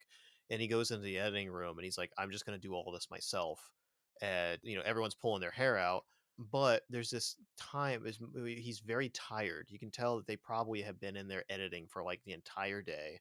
He's very tired, and he just says like, oh, that's too ordinary, that's too ordinary, the fans aren't going to like that, the fans aren't going to like that. And it was just interesting because I couldn't imagine the same person that made the original work thinking that, because they were younger in their career, they didn't have a commercial success, like they weren't really that well known. And it seemed to me it was a passion project that he was doing based on what he wanted and what he thought was right. And I just see this so often where people, yeah, they, like you said, they want to pander to their audience instead of doing what they're right. And it bothers me. And I've seen some people course correct. Like there's certain authors and kind of public personalities that I follow, and I really started losing a lot of respect for them once they started kind of gaining a wide audience, because they started diluting their content, and they were Hmm. trying to appeal, and these are people that I did not think would do that. There's certain people that I follow and I'm like, okay, I could see them blowing up and kind of changing, but these specific people that I'm thinking of, it was kind of jarring to me. And Hideaki Anno is one of those people. Honestly, like I wouldn't have thought, if you would have went back to my 15-year-old self, I wouldn't have thought that he would, do that stuff. But He would he would never pander, yeah, right? Like NG and EOE are the farthest thing from pandering to your audience. So. I just find this whole concept because in business there's this whole concept of the adoption cycle. So like if you're, a new technology or a new trend or something and it starts off and you have the very early adopters and they're kind of in on the beginning, it's very small, and then as it starts getting critical mass, you start increasing, the adoption cycle, and then it tapers off where you have the people that are, the laggers, usually older people or people that aren't very tech savvy, or whatever it is in your use case. And I find this whole cycle to feels the same in fiction when you look at things like Star Wars or Game of Thrones or whatever. You have people that are early adopters and they like a work, and then as it starts to gain popularity, that often that work of fiction can actually change as it is gaining large. I mean, Game of Thrones was fucking a massive example where the whole thing about Game of Thrones was that it was brutal, and that it defined the normal genre of, kind of high fantasy and all that crap, because it was very political. Every single time you thought a character was safe, they would just fucking die. I mean, it was a brutal show. And then it completely changed and became this kind of like safe mainstream thing where the characters have like unlimited plot armor, and nobody really dies, and the plot makes no sense, and that kind of real world kind of cold brutality just no longer existed anymore, and it became the very thing that it originally was supposed to deconstruct and destroy, much like Evangelion. And I just find it really interesting that you have this consistent cycle. Like another one that comes to mind for me is Nine Inch Nails. Nine Inch Nails has not gone through the trajectory. I don't think it has declined. I don't think Trent Reznor's work has declined in quality at all. But there are large portions of the fan base that became a fan during the 90s, and they always want him to be creating like the next Downward Spiral that came out in 94. Like they always want that. So his soundtrack work, the dude's won Oscars. His some of the more experimental stuff. Social Network, Dragon Tattoo. Yeah, I mean, he has it's reinvented himself, and even his music as Nine Inch Nails is more experimental than he's ever been, and I love it. But I just find it fascinating that there are people that like a certain period of an artist. They like a certain thing from an artist, but they don't like the rest of it, and then they kind of reject it. So I don't know. It's like between those two things, I just find this whole like cult fandom just super fascinating to me. yeah, I think it's important for a creator to branch out and be different, honestly, and not be like dwelling in that one thing that they like. Trent Reznor has it right, and Anno had it right for a while. I feel like being different in the goal of the rebuild is admirable. I feel like it should lean into being different. In fact, I would have wanted it to be more different earlier. Yeah, uh yeah. like that's something that I keep getting accused of as well, as like, oh, you wanted this to be EOE too, and I'm like, no, I just needed it to be competent. Yeah. So that's Yeah. like, uh, and that's a really funny thing. But I don't like when as a creator myself, I understand what it's like because I've been doing like a lot of writing, and to ride the wave of one thing that you did that people liked and to just kind of go with that and keep perpetuating it, that's a Mhm. mistake. It leads to stagnation, Yeah. and ultimately people are unhappier in the long run if you kind of do that crap where you're just like doing the same shit and pandering to the audience. And like, I believe it was the Attack on Titan. If you're familiar with Attack on Titan, Not a lot. I know it's a show, but I haven't really watched it. I'm not yeah, the familiar. the creator of it said that he was influenced by his fan base and totally changed the ending, and the ending was garbage. So it was Oh. it was a bad ending. Like I read the manga for it because I'm not a huge fan of anime across the board, but Attack on Titan was something that people were very hyped about and kind of like Yeah, buzzing yeah. about for a while. So I dipped my toes in there. Didn't really care for it until a certain point. It got to like episode 60, and then I was like, "Oh, this is actually interesting." And I was enjoying it, and then I read the manga and kept going, and it ended in the most saccharine bullshit way imaginable, and it flew in the face of everything like thematically building up to that point. And the author came out and was just like afterwards and was like, yeah, I had an ending in mind at one point, and I made it different, and I kind of lost it, like, Yeah. and So I just ended it. And so I think that's like not planning is a big mistake, even if you change things on the course. You know, you have to know what you're building up to. um Yeah. there's this series I'm currently trying to create a pitch for, but the ending completely changed. Actually, recently, where a couple days ago, because I realized that the original ending was not deconstructive of the what the characters were about, and so it was like the ending was more me being emotional and wanting that happy ending, and not what was reasonable and realistic for the characters. And so I think that's always what you should try to achieve is like what is reasonable and realistic for the characters in the way that it's ending. What is your story building up to should be your Yeah. ending. Yeah. But if you're gonna change it to be like artificially happy, that's gonna suck. That's Yeah. it's really bad.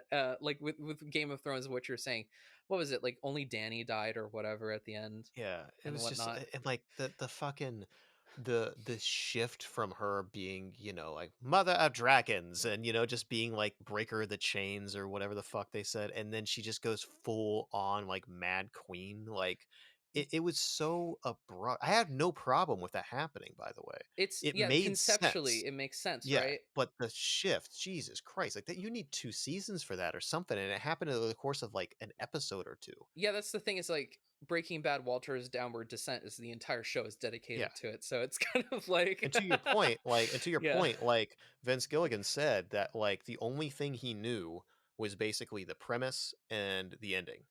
Yeah, And that was it. And he stuck to that ending till the very end. He might have added to the ending, but the core of the ending, he always knew where it was going to be, and that was his North Star, you know? Jesse Pinkman was never supposed to be He's alive, supposed to die. Yeah, he was supposed to die in season 1. And the thing is that those are the plans that change. Plans in television change. Like you see this chemistry between Jesse Pinkman and Walter White and you're like, I need this show to be around this cuz this is Yeah, great. This yeah. is gold. When you see gold, you take it in TV and you change things accordingly. But the ending, which I think we can spoil Breaking Bad cuz it's so old at this. It's like So we're like 8 approaching years or 10 some shit. years. Yeah, it's like guys, it's been a decade. Go watch it if you haven't. Yeah, it's Um, amazing. but uh, but Walter dying there is the only way it could end, really, because it's like that's what's set up. This Yeah. cancer at the beginning, his mortality. Like if it had ended with him not facing mortality in some way at the end, that would be like losing what was planted. You'd be defying the entire like premise of the show, which is like, what does someone do when facing death? Yeah. That's kind of the whole conceit of it. And so the ending has to make sense for that character. It has to make Mhm. sense for the what is the heart and soul of it, right? And in the case of like what I was doing, right, I was like, oh, I just want a happy ending regardless of what makes sense for the heart and soul for a while, and then I realized that that's what I was doing, and then I had to back out. and Yeah. and then I yelled at everyone who had been a test reader, and I was just like, why didn't you point this out? Why didn't you point out that my original ending was shit? I don't trust you guys now. I but need a new counsel. no, but they're everyone who I talked to about it, they're like, oh yeah, that ending does make more sense, and I was like, you're at right. Yeah, yeah, Right, yeah. so So I don't trust your barometer anymore. no, but that's I think that you still have to have enough even as a creator, you have to be self-aware enough to question yourself as well. Never not question yourself. Yeah, And like, is what I'm doing well executed? Is what I'm doing good? And whatever, am I being true to the characters? Because like sometimes people like test readers, a lot of the test readers I get, they're just like, yeah, it's great, cool, yeah, you did yeah, great and yeah. whatever. And it's like, that's not great feedback for me, because I need someone to tear my shit apart and tell me I'm crap. Mhm. That's Yeah, like that's the best way I've been able to integrate, is like point to specific things you didn't like, or people say, point to specific things you like, but that's really just sugarcoating the criticism that you're trying to glean from it. And if nobody's going to be that for you, you have to be that for yourself. You have to be somebody who's just like making double sure that this ending makes sense for these characters, that this makes sense, that like nobody's being confused, that your exposition is adequate enough that it's not overbearing, but people are following the story and they're not being confused by things. Because sometimes you have to listen to people when they give you criticism. Like that's the thing, yeah, is like when they give you ideas or criticism, take them because they're wonderful, and you can't integrate everything and whatnot. Maybe that person doesn't have like the clearest picture of what you're going for, but there's always something to be had from a criticism that someone gives you. And if you can't find that the people willing to do that, you have to introspect enough that you have to be your own worst critic in some ways. Yeah. uh and because that's what Lucas did that kind of failed, I think, for him. Like, Kubrick was a tyrannical director, Oh yeah. absolutely Yeah. tyrannical, but I feel like he was so critical of Yeah. himself. Yeah. Like, he would be struggling to make a movie for a decade because he was just Yeah. second guessing so much. Yeah, I mean, I look at a Kubrick, and there was a line that Tim Ferriss once said, and he said, "If somebody treated me the way that I treat myself, I would never want them in my life." And I've always found that really interesting. I've identified with that a lot. Like, I am very empathetic and understanding and patient with most people in my life, but with myself, I'm fucking brutal. And I've been having a lot more empathy for myself, and I've been a lot better about that in the last year, I would say. That's one of the things I've always identified with Kubrick, is I would hear him in interviews and whatever, and that was one of the things that really spoke to me. Is like, oh, I get that. Like that sharp surgical edge on every single tiny decision that you make. I get that, you know. I think you have to still maintain it, like, don't be self-hating or anything like that to the Yeah, point. yeah, And yeah. with your work, it's a little different from with work with your personal life. Like, I don't think you deserve to be like shot on for things that you do in day-to-day life and whatnot, like, and the decisions you make. um but for your work, it's important to be critical of it, but still from like a critic that is, at least how I approach criticism. When I'm giving people feedback, I just gave my friend some feedback on a short story he wrote, and I was very specific about what I wasn't caring about, but I wasn't attacking him as a person. I was like, this isn't Hmm. your fault. Like, like, this isn't you or whatever. I never brought it to the personal. I was just like, here's what I didn't like. Here's some suggestions on how to maybe amp it up or like punch it up and whatnot. And that's what I do to myself. And I think that you have to still have like mediate the self-hate. It can't be self-hate. Criticism is not necessarily hate, so let's Yeah, not confuse that. Like, it's more, yeah, being your own worst constructive critic, I think, is a better way of putting it. yeah, yeah, So, at least for a healthy mindset, I know that people operate differently, but I used to be like the self-hating person and whatnot, and be like, God, what you make is crap, you're crap. yeah, yeah. What was the And shift for you? uh gosh, I think the shift for me was actually going to USC, in part because when I studied at Berkeley before then, and I was still very self-hating about everything that I created. But at USC, there was an atmosphere where it was like collaboration, everyone has an idea to contribute, nobody's dumb, every suggestion is great, and like there was a positive atmosphere about that place. And that's one thing that I took away. I did a lot of growing up there, so initially I was very like harsh with myself Mm, and with other people, and then having to be in this environment where we were all working together and kind of like having to listen to each other and take each other's ideas, and also in a positive way where everyone was like being positive about their suggestions and whatnot, where they were like, I really like this idea, maybe you could try like this, and it would like help that idea. Like, that was always so cool. I remember being in a writer's room. One of my professors was a writer on the television show The Flash, yeah, if you're familiar with that, on the CW.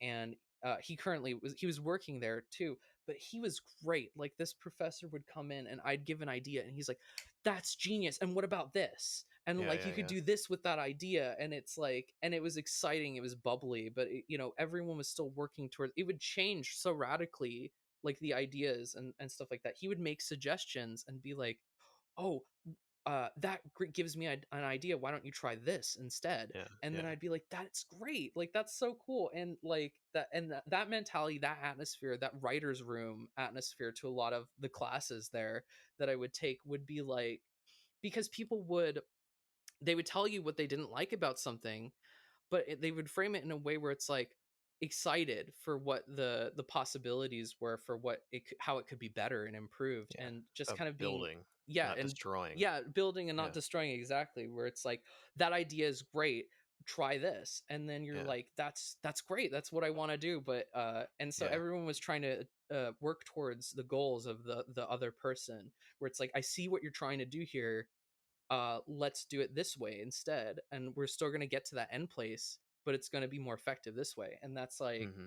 uh and that understanding, that vibe was kind of internalized by me a little bit, like where I stopped going like I hate everything I do and whatever, and I was just like, now I get these moments where, like with that ending, which I think Yeah. is like crap now and whatever, like I say that jokingly, but at the time when I was thinking of this new ending, I was excited. I was like, oh my god, why didn't I think of this before? This makes so much more sense for these characters and whatever.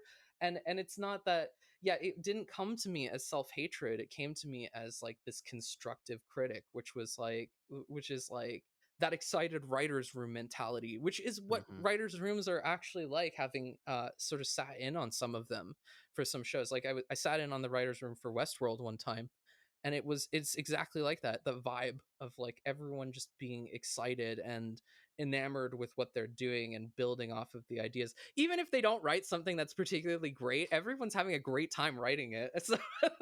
And that's So- the ideal. Like it's like that's what made me so depressed when I was watching those documentaries about how Anno was treating his staff. I'm like, man, that's sad. Like the whole like I don't understand. Like I wouldn't want to work in a creative environment where everything's just so militant. I mean, like Kubrick, at least like people kind of knew he had such a people knew what they were getting into when they worked with him because he just had such a reputation where people kind of Mhm. knew it.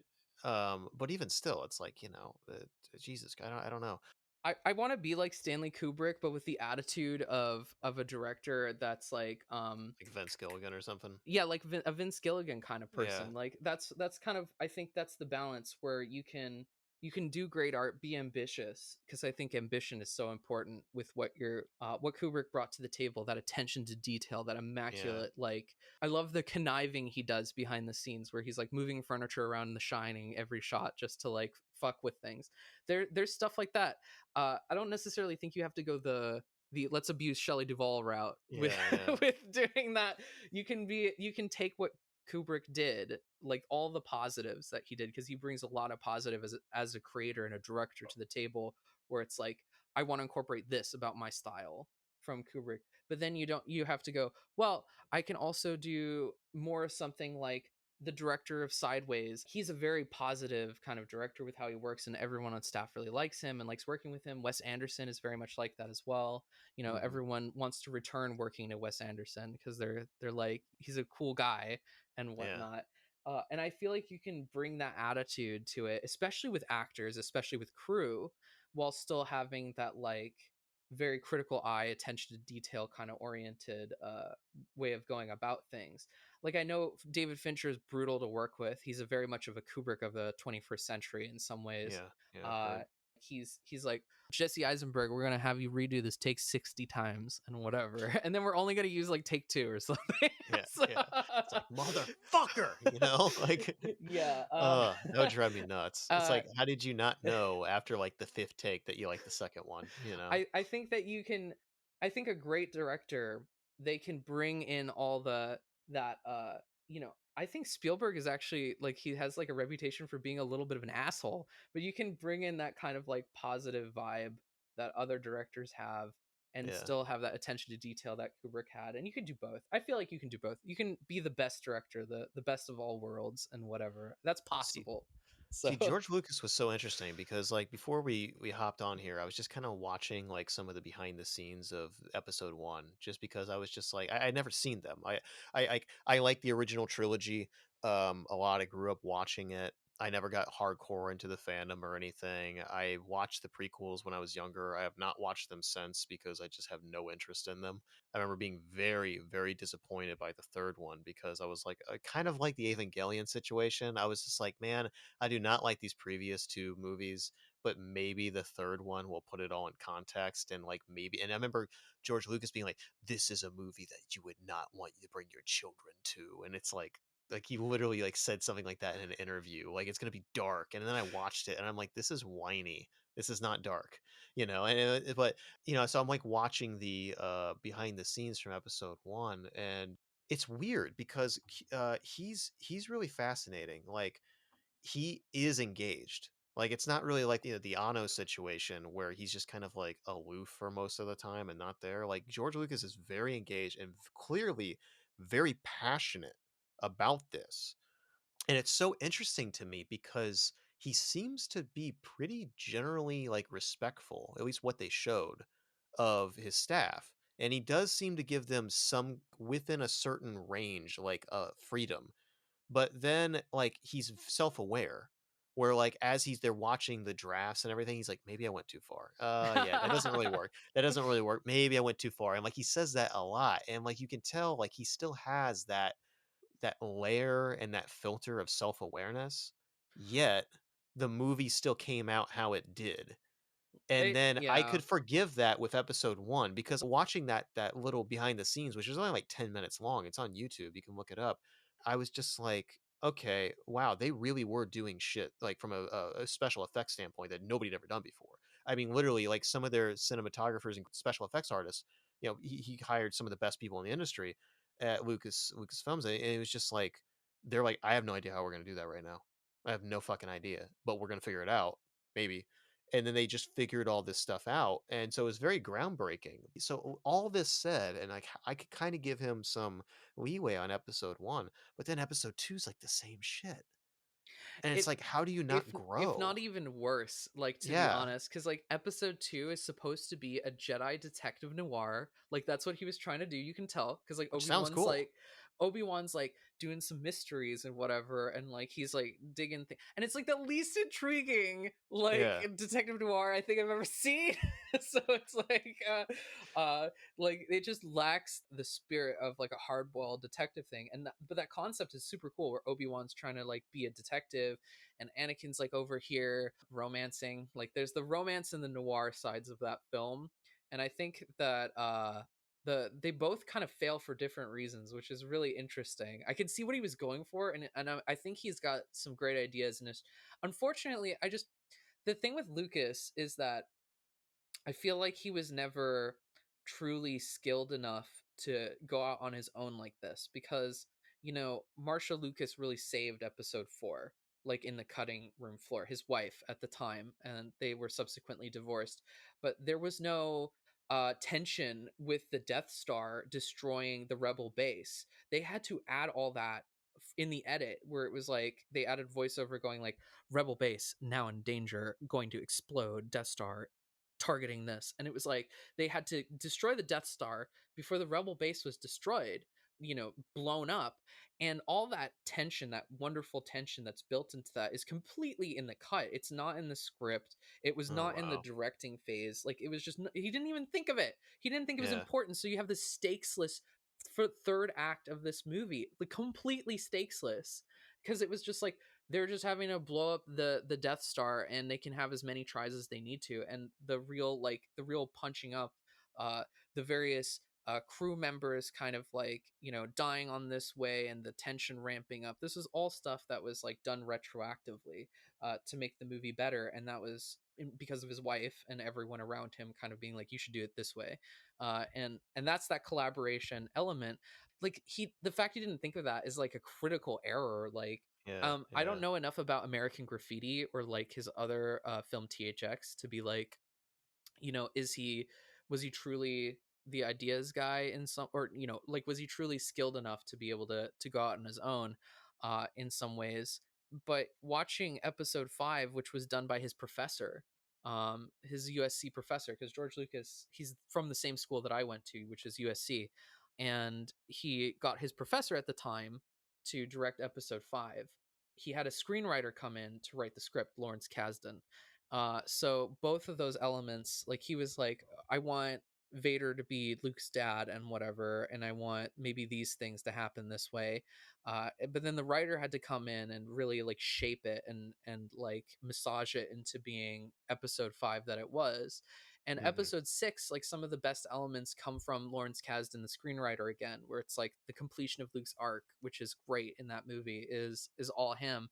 And some of the weaker elements come from George, where it's like the second Death Star, where they bring in Death Star 2.0 and whatever. Because Lawrence Kasdan was of the opinion, it's like, we already did that though in the first movie, yeah, and like, shouldn't we just kind of lean into the character elements and like whatnot, and we can set it on a lava planet. We can have like a lava planet as the main set piece, and George is like, no, Death Star. Yeah. And it's bigger and badder than before. Yeah. And so there's some of the lesser elements really come from Lucas. So him, but I think he's got great taste in film. I think he's a great guy. He comes into the prequels, makes the prequels, and I think that he had his heart set in the right place, but his dialogue is unfocused. Like it doesn't really, The amount of yeah, exposition is just insane. it's so poor. Like it fails on all levels of dialogue writing. So dialogue should be like, it should be a character performing a tactic to get what they want in a specific scene from another person, because like every interaction, every human interaction that we have, when distilled down to its root, is somebody trying to attain something from someone else. Whether that's like, I want you to understand where I'm coming from, or a human connection, or like even something as simple as that, or I'm trying to explain to you and get you to like understand how to work Photoshop or whatever. I'm trying to teach you something, or I want you to come with me to the amusement park or some shit. Like every human interaction we have is some sort of want buried underneath there, and we Hmm. have different tactics to get to that. And good dialogue is sort of sifting through various tactics and clever ways that people can get what they want in various shapes and forms. And Lucas kind of fails at that. A lot of the dialogue is empty, like where it's not necessarily servicing what the character is wanting from the scene. And a lot of the dialogue is also unnaturalistic, which is another thing. Like it's not stylized like the Coen brothers, it's just unnatural. um Mm. like the sand line, like, sand, it's rough and coarse and irritating and it gets everywhere. And it's like, that was supposed to see, he wanted to want there, he wanted her to understand like his hometown, his home planet, and relate to that. It's just it, but it fails on the naturalistic level. And there's also the other layer of dialogue, which is subtext. And I feel like there's so little subtext in the dialogue. Everyone just says what they mean, like a lot of the time. The way that people talk to each other, it also has a lot of subtext to it, where um perfect line, where in episode 5, when, and this was improv, this wasn't written by the script, but to the point, which is where Han Solo, where Leia goes, I love you, and he says, I know. And that Yeah. there's subtext to it, because it's like, I've known we've been in love forever, I love you too, I'm going to be okay. The subtext of it, like, I'm going to come back for you. Like Yeah. there's so much there, like in that one line, where it's like the confidence of it, the confidence of the subtext, the assuring, like, I'm going to be in carbonite, I'm going to be okay, and I Yeah. love you, and I've known this for a long time. It's so perfect. It Yeah. matches the want, the naturalism, the subtext of it. It's all beautiful. It's like, just, it says so much more with so little than like a lot of things. But when you have like Anakin and Padme together, and it's just like hitting you over with this hammer with the dialogue. I remember feeling so awkward Yeah. watching that. Like again, I have not rewatched the second movie since it came out, but I just remember like I feel like I'm seeing like two high school students that don't actually really like each other trying to be romantic or something. It was just very odd. Here's another thing that's never addressed. At least I don't think it is. Like in the original, she looks like she's way older than him. Like in the first movie, isn't she like s- like like She looks like twice his she's like a age? teenager, at least like 16, and then he's like 5 or 6 or something. Yeah. And then in the next one, she's a woman and he's basically a grown man. And I'm like, what the fuck just happened? Like, you guys have known each other since you're kids. This is a fucking weird thing here. I don't know. It just It is seemed, a weird it was dynamic, and they very never. odd. And then they have no chemistry at all. So I'm Yeah. just like, it's just fucking odd. But you're talking about the writer's room, and it's like in improv, there's the whole concept of yes and, which is exactly what you're talking about within the writer's room. It's like, yeah, that's a great idea, and this, and then you build on it. Like improv, you're always building. Mhm. You never like take a step back. You never like pump the brakes. And in this, in these writers' rooms, it's like there's this freedom in the healthy ones. What you're talking about of Yeah. being able to voice, hey, I don't think that's going to work, but why don't we try this? And it seems like in the situations where things go really bad, like with Game of Thrones or with Star Wars with Lucas or Anno with Evangelion, all three had this kind of dictator like level, and there just wasn't that feeling of room of collaboration, and that seems like that's like the death of creativity there. You have to, if you're gonna be a dictator, you better be a damn good one. Like that's yeah, that's Kubrick or bust. yeah, like a Fincher type, because like no doubt Yeah, Fincher is amazing at what he does. He's very, like I said, he's very pointed, very specific, very like, we're gonna make it perfect, but I know exactly what I'm doing, kind of thing. Like, and that yeah. mentality. Uh, and he makes great, like David Fincher's a great director. Oh, fantastic. Kubrick Yeah. is a great director. These are people who know what they're doing in and out. They've had tons of experience as well. They're very, very skilled, very like exceptional directors in this way of going out on their own and really like tackling things from an individual perspective. Like Kubrick started his career as a photographer. He made several films before really entering big, high budget stuff. He Yeah, was yeah. working in small, low budget B movie noir, and he was able to get like so much like almost indie filmmaking level of experience before Hmm. coming in with Spartacus and Yeah. really saving that movie, and breathing so much like life into it on a massive scale. Kubrick and Fincher, Fincher is like, he comes from a commercial background, a similar backstory in a lot of ways actually. Yeah, music videos. They cut their teeth in like in a lot of respects before entering filmmaking. A lot of the time there would be no voices of collaboration on these things. These would be projects that very few people give a shit about, in some ways. Like music videos are very individualistic. Like I saw Spike Jones talking about music videos, and he comes in with a pitch to the artist and the company, and they're like, oh yeah, good, go for it. Like almost an avant-garde filmmaking quality to music videos. So when you're someone like David Fincher and you're making commercials and music videos, they're greenlighting things more easily. It's more individualistic. It's less collaborative. TV is so collaborative. TV is the other side of the coin there, where it's like, if you're a writer or a director, because if you're a director, and you're not Quentin Tarantino on ER or whatever, like you're going to have to kowtow to a lot of what the showrunner wants, a lot of what the screenwriters want. Being a director for TV is still extremely collaborative, way more so than the auteur filmmaking that maybe like some people have it in their heads. But you're only as an auteur, you're only as auteur-y as you want to be. I think that there's a lot of directors who are collaborative. There's a lot of more positive vibes depending on who we're talking about. And yeah, it doesn't have to be a dictatorship. In Ano's case, it's baffling because he's got like three directors here that he's hired for each of these movies. And he's like, yeah, we're going to run it like a TV show.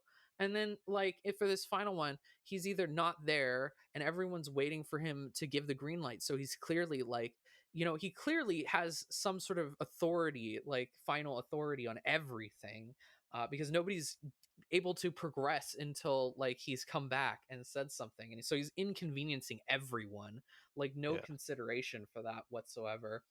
So, but and then he tries to be hands off, like when he was in the motion capture studio. Do you remember that, when he was in the motion capture studio and he's like, Oh yeah. I want them to do it. It's their job. I hired them. They should be Yeah. doing it. And then he's just like, fuck you all. I'm gonna take Yeah. my camera and just do this like here and whatever. And Yeah. like, oh It's my very god. childlike.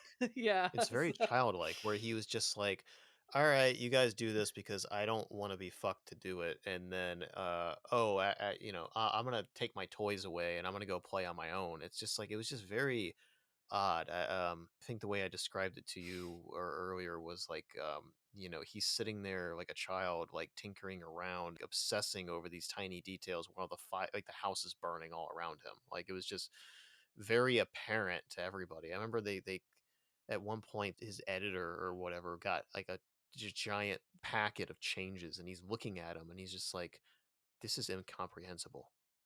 Like I think those are his words. Like this is incomprehensible. I don't know what to do with this. And he's just sitting there and he just like kind of leans back in his chair and just kind of sighs and looks at the computer screen. And then at another point, one of the other staff is like, if I wasn't allowed to have like a lot of to work on some of the stuff that I do, and if this wasn't the franchise that I would have quit.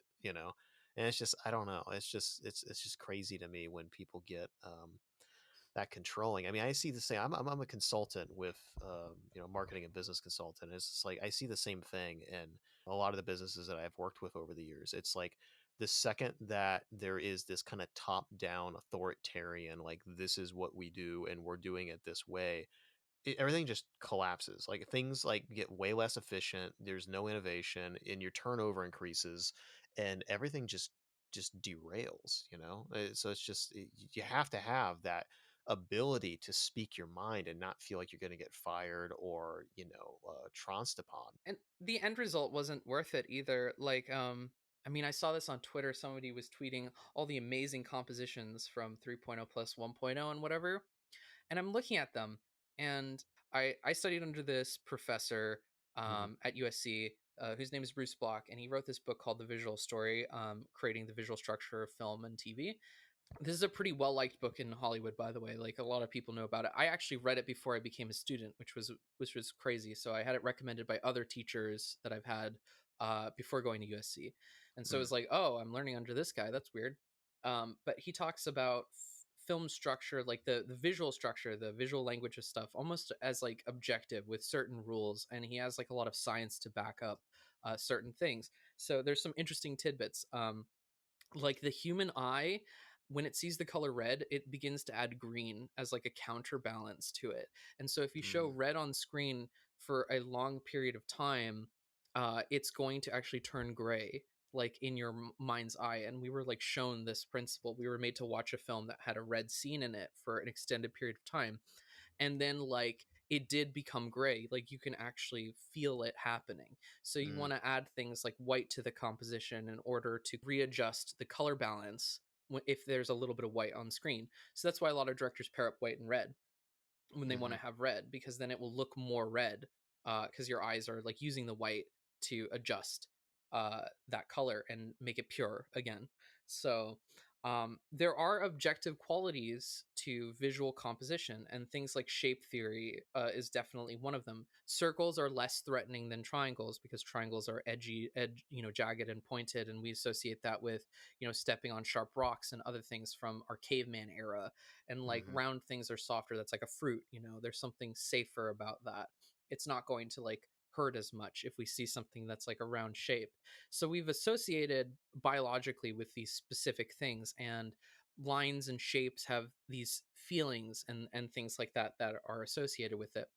And with Ano and him trying to do visual composition the way that he did, which is to make 3D models and then place the camera wherever, it led to disastrous results, in my opinion. Because, like, I've seen on Twitter people post, oh, these are these amazing compositions from this movie. They're all visually noisy as fuck, because Yeah. they're all Yeah. using really, really wide lens, really deep space shots where he's got the camera placed way far back in like some corner, either on the floor or above on the ceiling. Because of that, it creates a lot of visual noise where there are lines going everywhere, where like you see the room and the environment, and it's all just this incredibly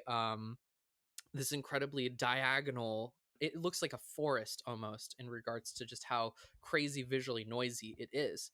And Hmm. people have been saying, oh, Anno's approach is like live action film. I absolutely refute that, because I think that most live action film directors, they are more deliberate in the way that they compose things. Usually people want to simplify their visual composition so that it's more like pointed and like exactly what you should be focusing on and feeling at this time is what you will focus on and feel. So Anno did that with End of Eva quite heavily. The opening shot, for all intents and purposes, is a horizontal line with Shinji standing on the beach, and there's that contrast between the blue of the like the water and the white of the sky and like the heat, and it Hmm. just creates this division in Yeah, half. it's beautiful. And it's like it's so simple, the composition. End of Ava's last shot is exactly the same composition. The sand meets the sky, and it's like that horizontal line very clearly dividing those two things. And there are tons of compositions like that in End of Ava where they're extremely simple. It's just a triangle or a line. There's the one shot of Unit 1 popping out of this eyeball at one point.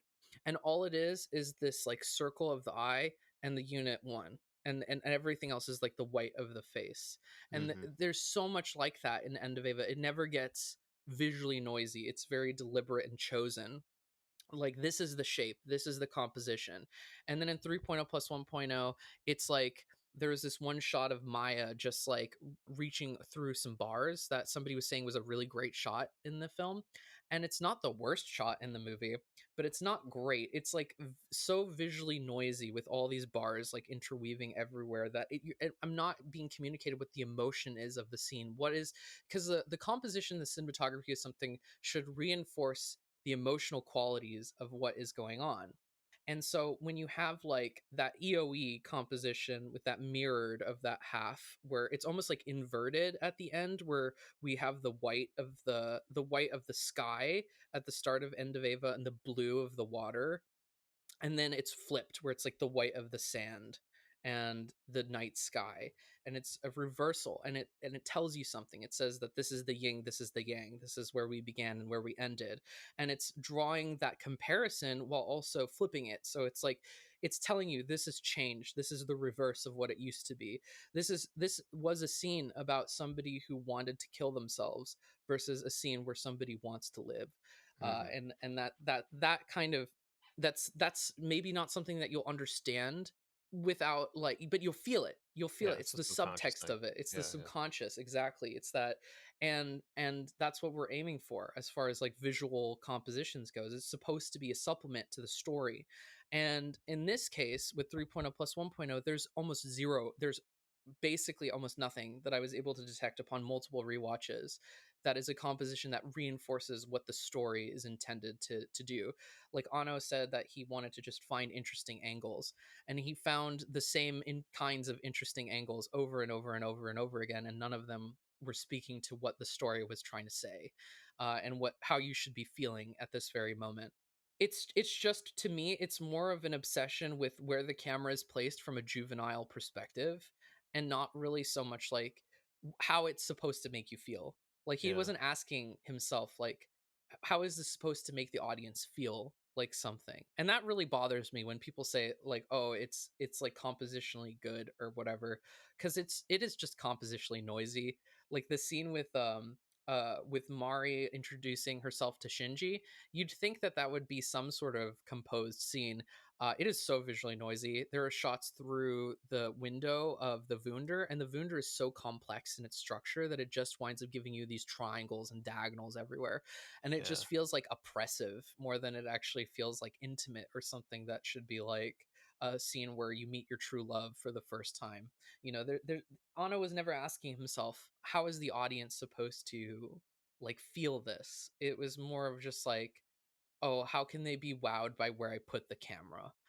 It was just so much a spectacle. Like it was just very confusing. I mean, to your point about the compositions in End of Evangelion, it's like I made the analogy earlier to 2001: Space Odyssey, but like in 2001: Space Odyssey, almost every shot could be like you could print that and put it on your wall. It's very composed. Yeah, that's how it was in, that movie. I mean, it was just almost every shot was beautiful. And these newer films, to me, it's almost like a early 20-something-year-old film nerd who doesn't actually have any training or much experience in filmmaking, just got the biggest budget in the world and was said, "Hey, remake the same film franchise that you like."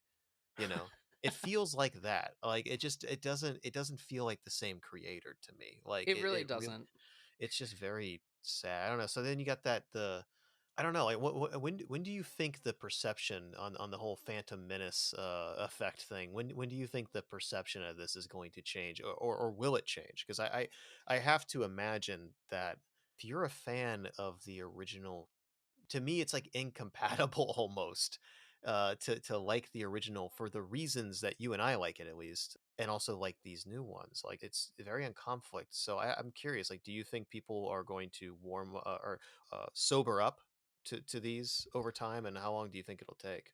Yeah, only time can tell really, but I absolutely do. I'm usually pretty good at predicting when something will not do well, like over Yeah. time.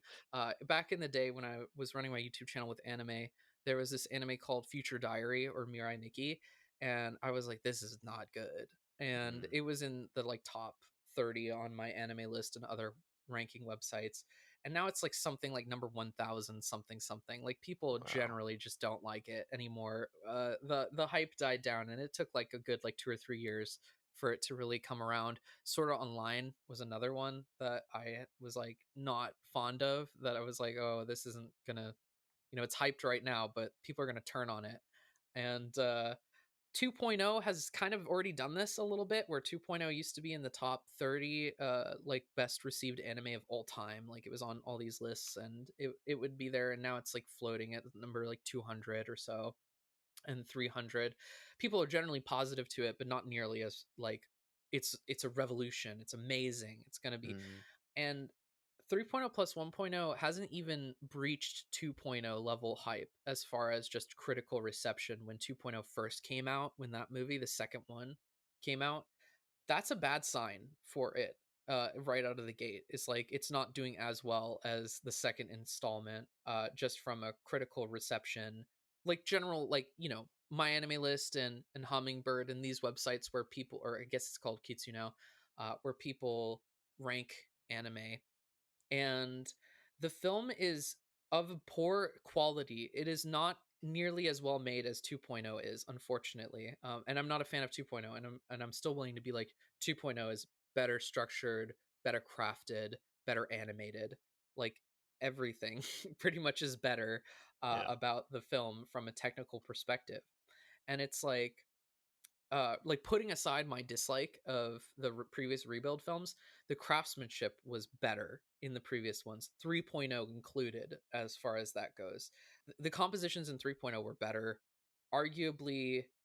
Well, I wouldn't say the pacing is better, but the at least the tone was better, I think, in some ways. It was more consistent, like self-consistent with what it was trying to go for. But the final movie, all it's gonna take to topple it is Demolition D, like coming out with a video on it. I don't know if you're familiar with the YouTuber Douchebag Chocolate.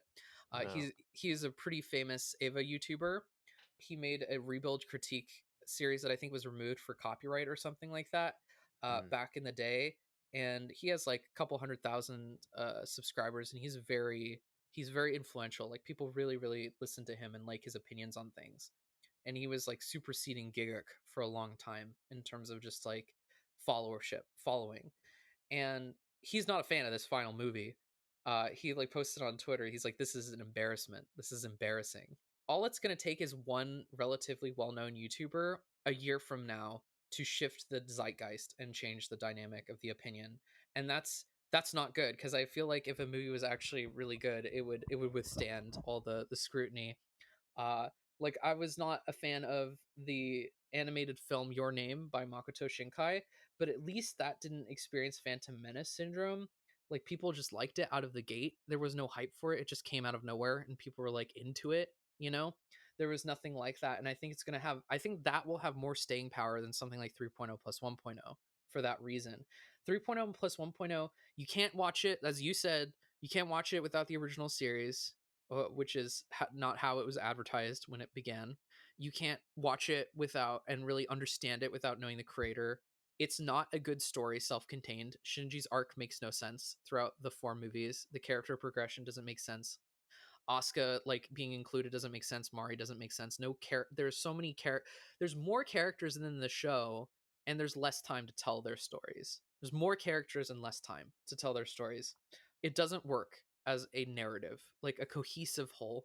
It's a work of somebody who, the final film reads like somebody who gave up. And it's, they're like, that's the maybe soundbite right there. maybe 9 years ago, Yeah, when Anno had just finished 3.0, he would have tried and would have made a film that is at least a narrative, some narrative closure of some kind. But yeah, with this one, it totally reads like, I don't know what else to do but talk about myself. yeah, That's like, yeah, I don't know yeah, what else to do but discuss my dad and my wife. And yeah. that's like, I mean, like, there's this line that I had from George Lucas. I got from that behind the scenes thing, and I wrote it down. And it's like the auteur theory of film is actually very true if you know directors, because they're very much like their films. And it's just like I don't think he has anything to say And it's interesting because in that documentary, Anno says like, "Oh yeah, I put everything that I had into Ava, and I just kind of keep like redoing it over and over again." And it's just like, then you probably shouldn't have done what you did. You know, like you probably shouldn't have made a whole new movie franchise if you didn't have something to say. Like it's just cheap. And here's the thing. I understand that for most commercial properties. They're there to make money. I get it. But when you have a work that is like so, I mean, I'm not trying to fucking like gatekeep and shit, but it's just like when you have something of that artistic integrity that is that ballsy, and the entire thing about it is that it defines all tropes and everything else, and then you make something because you don't have anything to say that literally just becomes all of the shit that you apparently hate.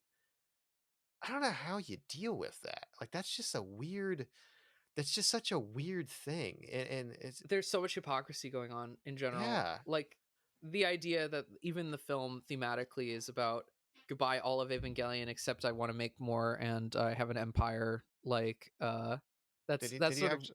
I yeah, heard. he said he might not personally be involved necessarily, but he wants to greenlight an Evangelion movie or a television show that takes place in between 2.0 and 3.0. And I'm like, well, it's not really bye bye all of Evangelion, is it? It's like, Yeah. which is the tagline they had on the poster. I mean, if he literally like pulls back and says, "Hey, you guys can do whatever the fuck you want. Like maybe you want to have a meeting with me and consult, sure." But I don't really feel that bad about that. Sure. But if he's like super involved with it, yeah, it's like what the fuck was the whole point of that? Well, I think knowing Ano, he'll probably want to not be involved at first and then get And really then he will. involved. Yeah, Yeah. that's like, Yeah. but I think there's just a lot of hypocrisy around the idea of like, there are people who read this film, and I don't think their readings are correct, but they say like, we've been focusing on Evangelion too much. You're talking about it now as a failure to like really get what the film is about, because it's about how you need to leave Evangelion behind and move on with your life and live your life and go outside into the real world and leave your toys behind kind of deal. Yeah. And wow, what I certainly hope the film is not about that, because that's really presumptuous. Like we can't enjoy the things that we enjoy on the side and have this escapism while also living existence, because I feel escapism is bad when it becomes your everything. But when you're working your job like I am, Yeah. when you're writing stuff, when you're being productive, and then you just want to enjoy something that's like, like take a break from what you're doing here and kind of consume someone else's work. How is that wrong? How is that bad? How is that a failure to live your life? I know people take it to an extreme, but all things are bad in extremes. Like that's the Yeah. whole point, is that like escapism is bad when it becomes insufferable, but I can't take like 2 hours of my day to talk about a movie. Like that's suddenly wrong according to Ano and whatnot. And uh, not all of his fans, not all of Ano's fans are failures. Like, because he talks about this in the documentary too, where he's like, I'm glad I helped some people, but Evangelion hurt some people too, and it's like, Uh, if I help them, then good for them, I guess. And he sounds so dismissive of the yeah. people he helped, like in helping one person is worth it. Like, those people who descended further into their problems, they were going to descend using something else. Yeah, Like and if you they missed the point. Yeah, Like they if missed the yeah, point. it Yeah. wasn't your So, work, it was something else. Like for me, like it helped reframe my depression when I was 15, and it helped, I would say it inevitably helped me get out of it. I don't know if that downward spiral, if that would have continued without having that catalyst that made me reframe things, what would have happened? And it's like it reminds me so much of Anthony Bourdain. Like when he died, he just seemed like I remember certain people in his life saying that I watched the movie Roadrunner, which was like the documentary that looked over the last his life in the last couple of years, and he apparently Bourdain like routinely would just say like, oh, I feel like I'm a fake, I'm a phony, like I'm not contributing anything useful, and I'm just like a talking head or whatever. And he greatly influenced my life. He was one of the main reasons that like I left my business and bought an RV and traveled the country for 2 years and like ended up completely changing the course of my life and who I am as a person. And a lot of that I inspired of sitting there, coming home out, leaving my office, being burnt out, and sitting on the couch and watching, him travel and being like, I should be doing that. Why am I not doing that?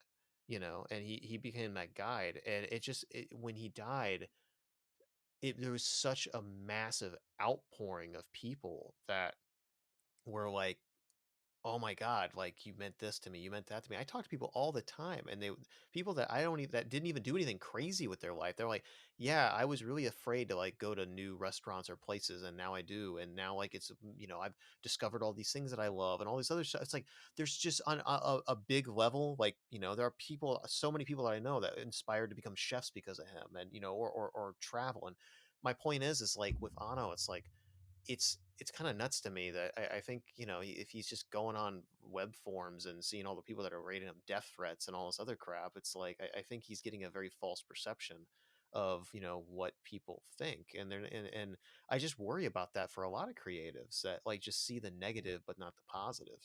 Yeah, I mean, it's something that I think every creative will have to struggle with, because nobody can prepare you for you know a mass of people judging your shit, and then you're Yeah, just yeah, it is a shame that Ano thinks that he didn't get it right or whatever in Neon Genesis, and he has to reiterate his point here in a different way for those who didn't get it or something. Honestly, I just feel like he's just doing it for a couple of reasons at the end of the day, which is one, the hustle. I appreciate the hustle. I can appreciate that.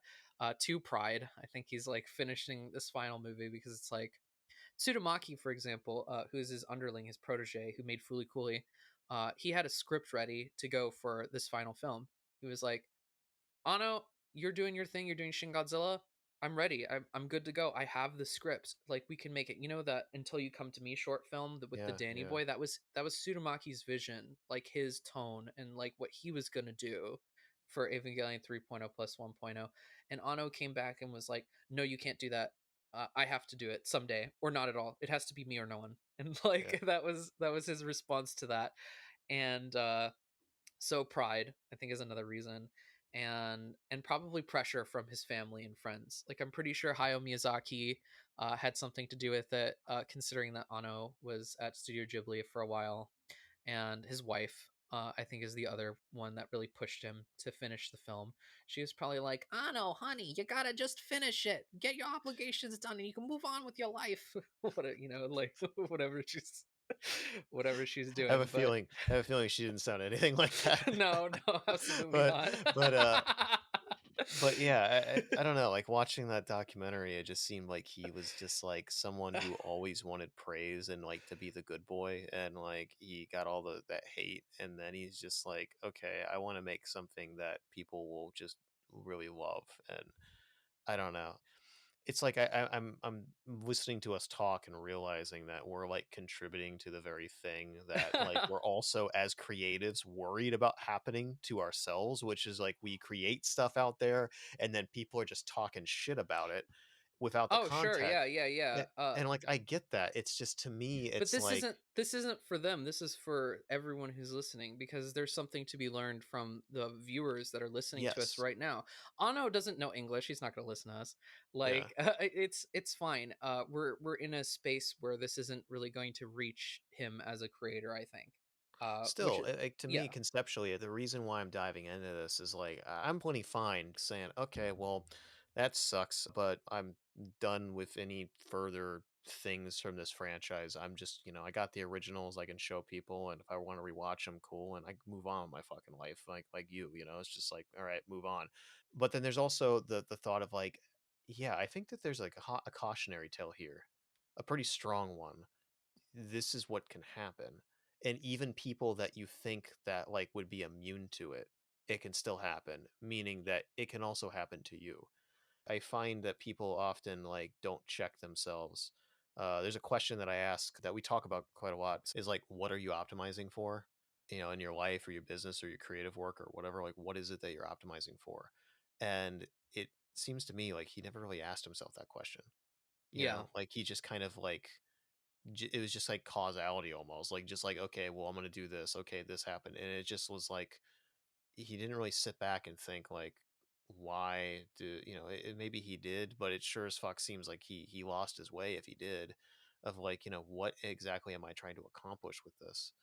So yeah, I don't know. I just thinking about that conceptually as a creative, like, I don't know. It's just something that I think we can learn from. Yeah, regardless of what the fandom thinks right now, I feel like there are objective enough qualities here that I think it is a poorly made film on a lot of levels. And Yeah, subjectively, people will still probably come out of this really liking it. There's some that's guy. fine.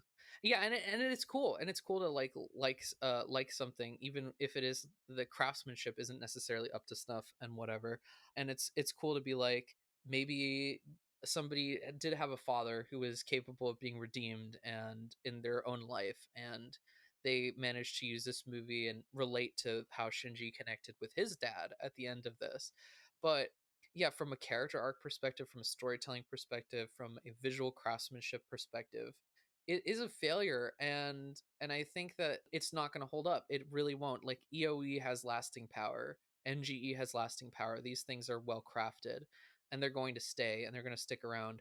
This is some weird expansion pack to those that says really contributes nothing new. It only Yeah, detracts, and it doesn't accomplish the same basic narrative accomplishments that the original managed to do. There was always meta on top of the original. There were some meta elements to it, but it didn't overtake it. It didn't go crazy like here, where it's like all that's all there is, and that's all really people appreciate about it. uh but yeah, beyond that, I think it's fair to say that this is a failure. And regardless of the current critical reception, I'm fairly confident it won't last. If it does last, um why? That'll be that'll be interesting. Like, what's the reason that this is yeah, like still around?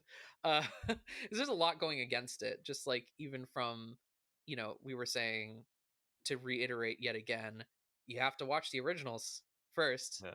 Like, what's the point then? It's in It's like conflict. Like the two iterations, if you look at this series parallel to the original, they're in literal conflict with each other. The original was like trying to, I mean, we said it many times, but like it just doesn't make sense. I'm not entirely sure how you can be a fan of the original and also be a fan of this. yeah, the original was a character driven story. It was all about the characters. Like, that's the one thing. Like, even through the confusing plot, if you were confused by the plot, characters were always the light that like took you Yeah, through. And here it's like they don't matter. Like, half of them don't matter. Like that. yeah. It's Ritsuko doesn't matter. Fitsuki doesn't matter. Mari doesn't matter. Like, Asuka doesn't matter. Ray's Well, most resolution of the is weak. characters don't matter, so it's like, what the Yeah. fuck was the point of even having them in it to begin with? Yeah, exactly. It's just crazy. And so it's like, but what my point that I was leading up to is that, like, I think it is a failure. And regardless of what the zeitgeist feels right now, it's only temporary. I'm sure about that. And there's a lot to learn from the mistakes here, because there were mistakes made here from a mental perspective, from Anno's perspective. Like, as a creator, as you're saying, he didn't collaborate. That's a big one. He didn't have enough self-awareness, I think, to really like realize that he was going down a path that was solely like failing to address things from a basic narrative perspective. Because it's great to have the subtext is amazing. But even David Lynch, like, someone brought up, like, you must hate David Lynch films. No, he's structurally sound, and his characters are actually structurally sound in terms of arcs too. You'd be surprised. Like, Blue Velvet is a fairly coherent film. Eraserhead is coherent. Mulholland Drive is coherent. Mulholland Drive is the story of a deluded woman who thinks that she can make it in Hollywood, and then has to realize that, like, reality is harsher than the fantasy world of like Hollywood and whatever. And it's like, these are plots with characters where the characters learn things and grow, and like in their Hmm. own Lynchian way. He packages it in a complexly told way, but he still is adhering to the basic narrative principles. Like, plenty of Japanese directors still do that, where they care about characters, they care about plot, they want to make something entertaining, and then there's the subtext layer behind that. This is like somebody put the cart before the horse, and they Yeah. decided, all I need is subtext, all I need is theme, and I don't need character, I don't need story. Who needs to be entertained? Who needs to be properly entertained by something? And it's like, that's madness to me. And so there is a lesson here to be learned about, which I think comes to pride and arrogance, like, ultimately, because I think that's the downfall of this film and this series. This is a multi-million-dollar tweet long about somebody describing their personal life and in a film format and disregarding the characters completely, disregarding how it entertains people. It tries to say something, but it's like this hollow voice at the end of a cave just being like, go touch grass. And that's like, that's I, you can't you can't get to somebody unless you tell them something that like that is emotionally moving in a way that authentically connects you to the characters. And people have been like, I've cried at the end with Shinji and Gendo. And I'm like, because you're projecting a lot onto it, like your memories of Neon Genesis, the all the hype for these years, like you're thinking about it within the not the context of itself as a good work, but as this weird capstone to Ava, where you're just happy that the characters had a happy ending or that they resolved some inner pain. And it's like that's not that's that's not going to last, because most people who are going to come at Neon Genesis and now the rebuilds are not going to have that like years long connection to Shinji Ikari, where they have to learn from the start who he is and then see that underwhelming conclusion with 3.0 plus 1.0. It's not going to hit in the same way for newer audiences. It just won't. There's a lesson to be learned about pride here. It's all about pride. I think that's a good part to wrap up, my friend. How can people kind of check out your work? So yeah, I have a YouTube channel, GoatJesus, and if you're interested in watching any of my content, I have some cool character analysis on Rei and Shinji. Those are probably good places to start. But yeah, that's where you can reach me at. Hell yeah. Let's touch base again soon when some of your films start coming out, man. Yeah, I'm trying to do a low budget feature right now, like getting the script finalized for that, and a TV show pitch and a couple of games down the pipeline, because I work for an indie game company right now. Well, hell yeah, my friend. Well, thanks so much. Yeah, you have a great one, man, You and too. thank you for having me.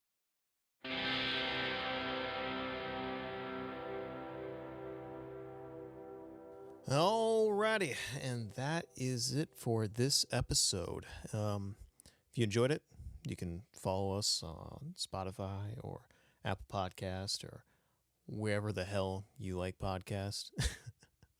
But the best thing you can actually do is just share this with a friend. If you think somebody would get value out of this, just share the love, and that's the best thing you can do to kind of help us out. Until next time, peace, y'all.